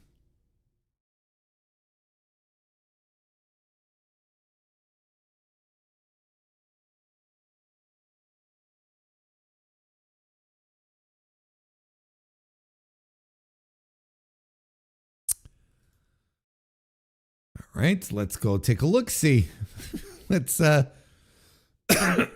take a look at this before we wrap everything up.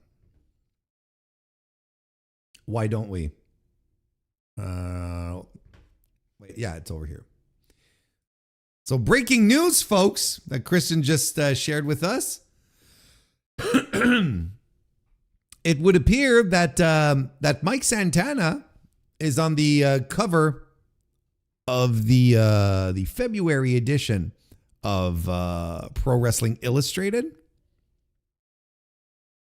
alongside the Hardys, who it just turns out the Hardys will be PWI's top-ranked team of the PWI Tag Team 100 for 2025.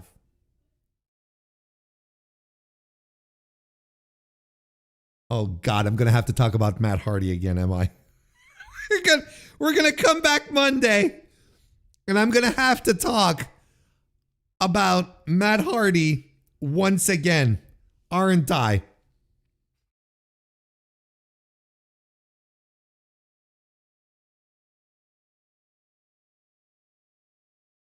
He's gonna be unbearable, isn't he? He's gonna be absolutely unbearable. See? The Hardys, see? I was right all along. Good grief. Time for some more Matt facts.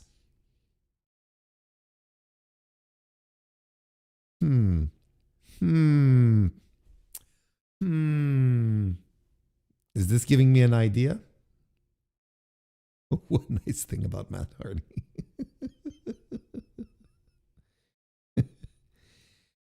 Thank you, Kristen, for the breaking news, and congratulations to the Hardy Boys, I guess.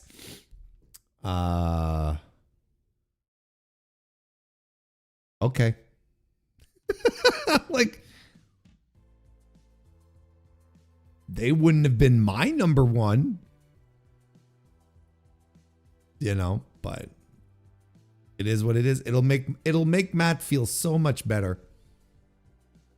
Matt will be so much happier. First Mercedes, now Matt Hardy. Kristen is the Monster Factory. In fairness, oh no, wait, Kristen, you were on the tag team list. I was about to stick up for you. I was about to. I mean.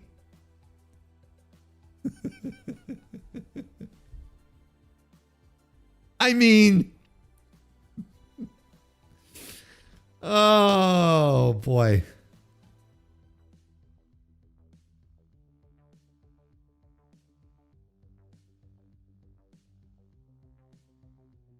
Okay, I think we're done. I think we're good. I think we're okay for tonight. But in fairness, three of us were on both committees. Yes.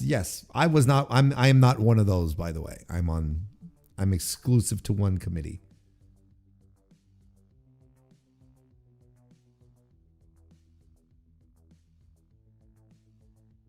See, the thing is, though, PWA inflating egos of all the worst people. PWA is becoming the egotistical heel's best friend. And I say this as a compliment. The thing here, that Matt Hardy's not a heel. And Matt Hardy is, he's buying his own hype now. So that's something else. We're going to wrap it up for tonight. And I'm not done. I'm going to record my Dynamite review next. Members of the Mr. Warren Hayes Show channel will get it in early access, so you will all be able to check it out before everyone else. Otherwise, it will be available. Yeah, I'll probably release it around just a little before noon, around lunch, something like that, so that people can enjoy it in all of its splendor. If you want to hear me talk more about MJF, that will be the spot. Otherwise, yeah, I'm going to be, that's it. I'll be back Monday. We'll be back Monday for another lovely stream time. And then we'll be moving into the holiday schedule. Well, there you go. So thank you everyone for showing up again tonight. I appreciate it a great deal. Hope you all have a great rest of your week. Go watch some Randy Orton and get back to me. And I'll see you next time.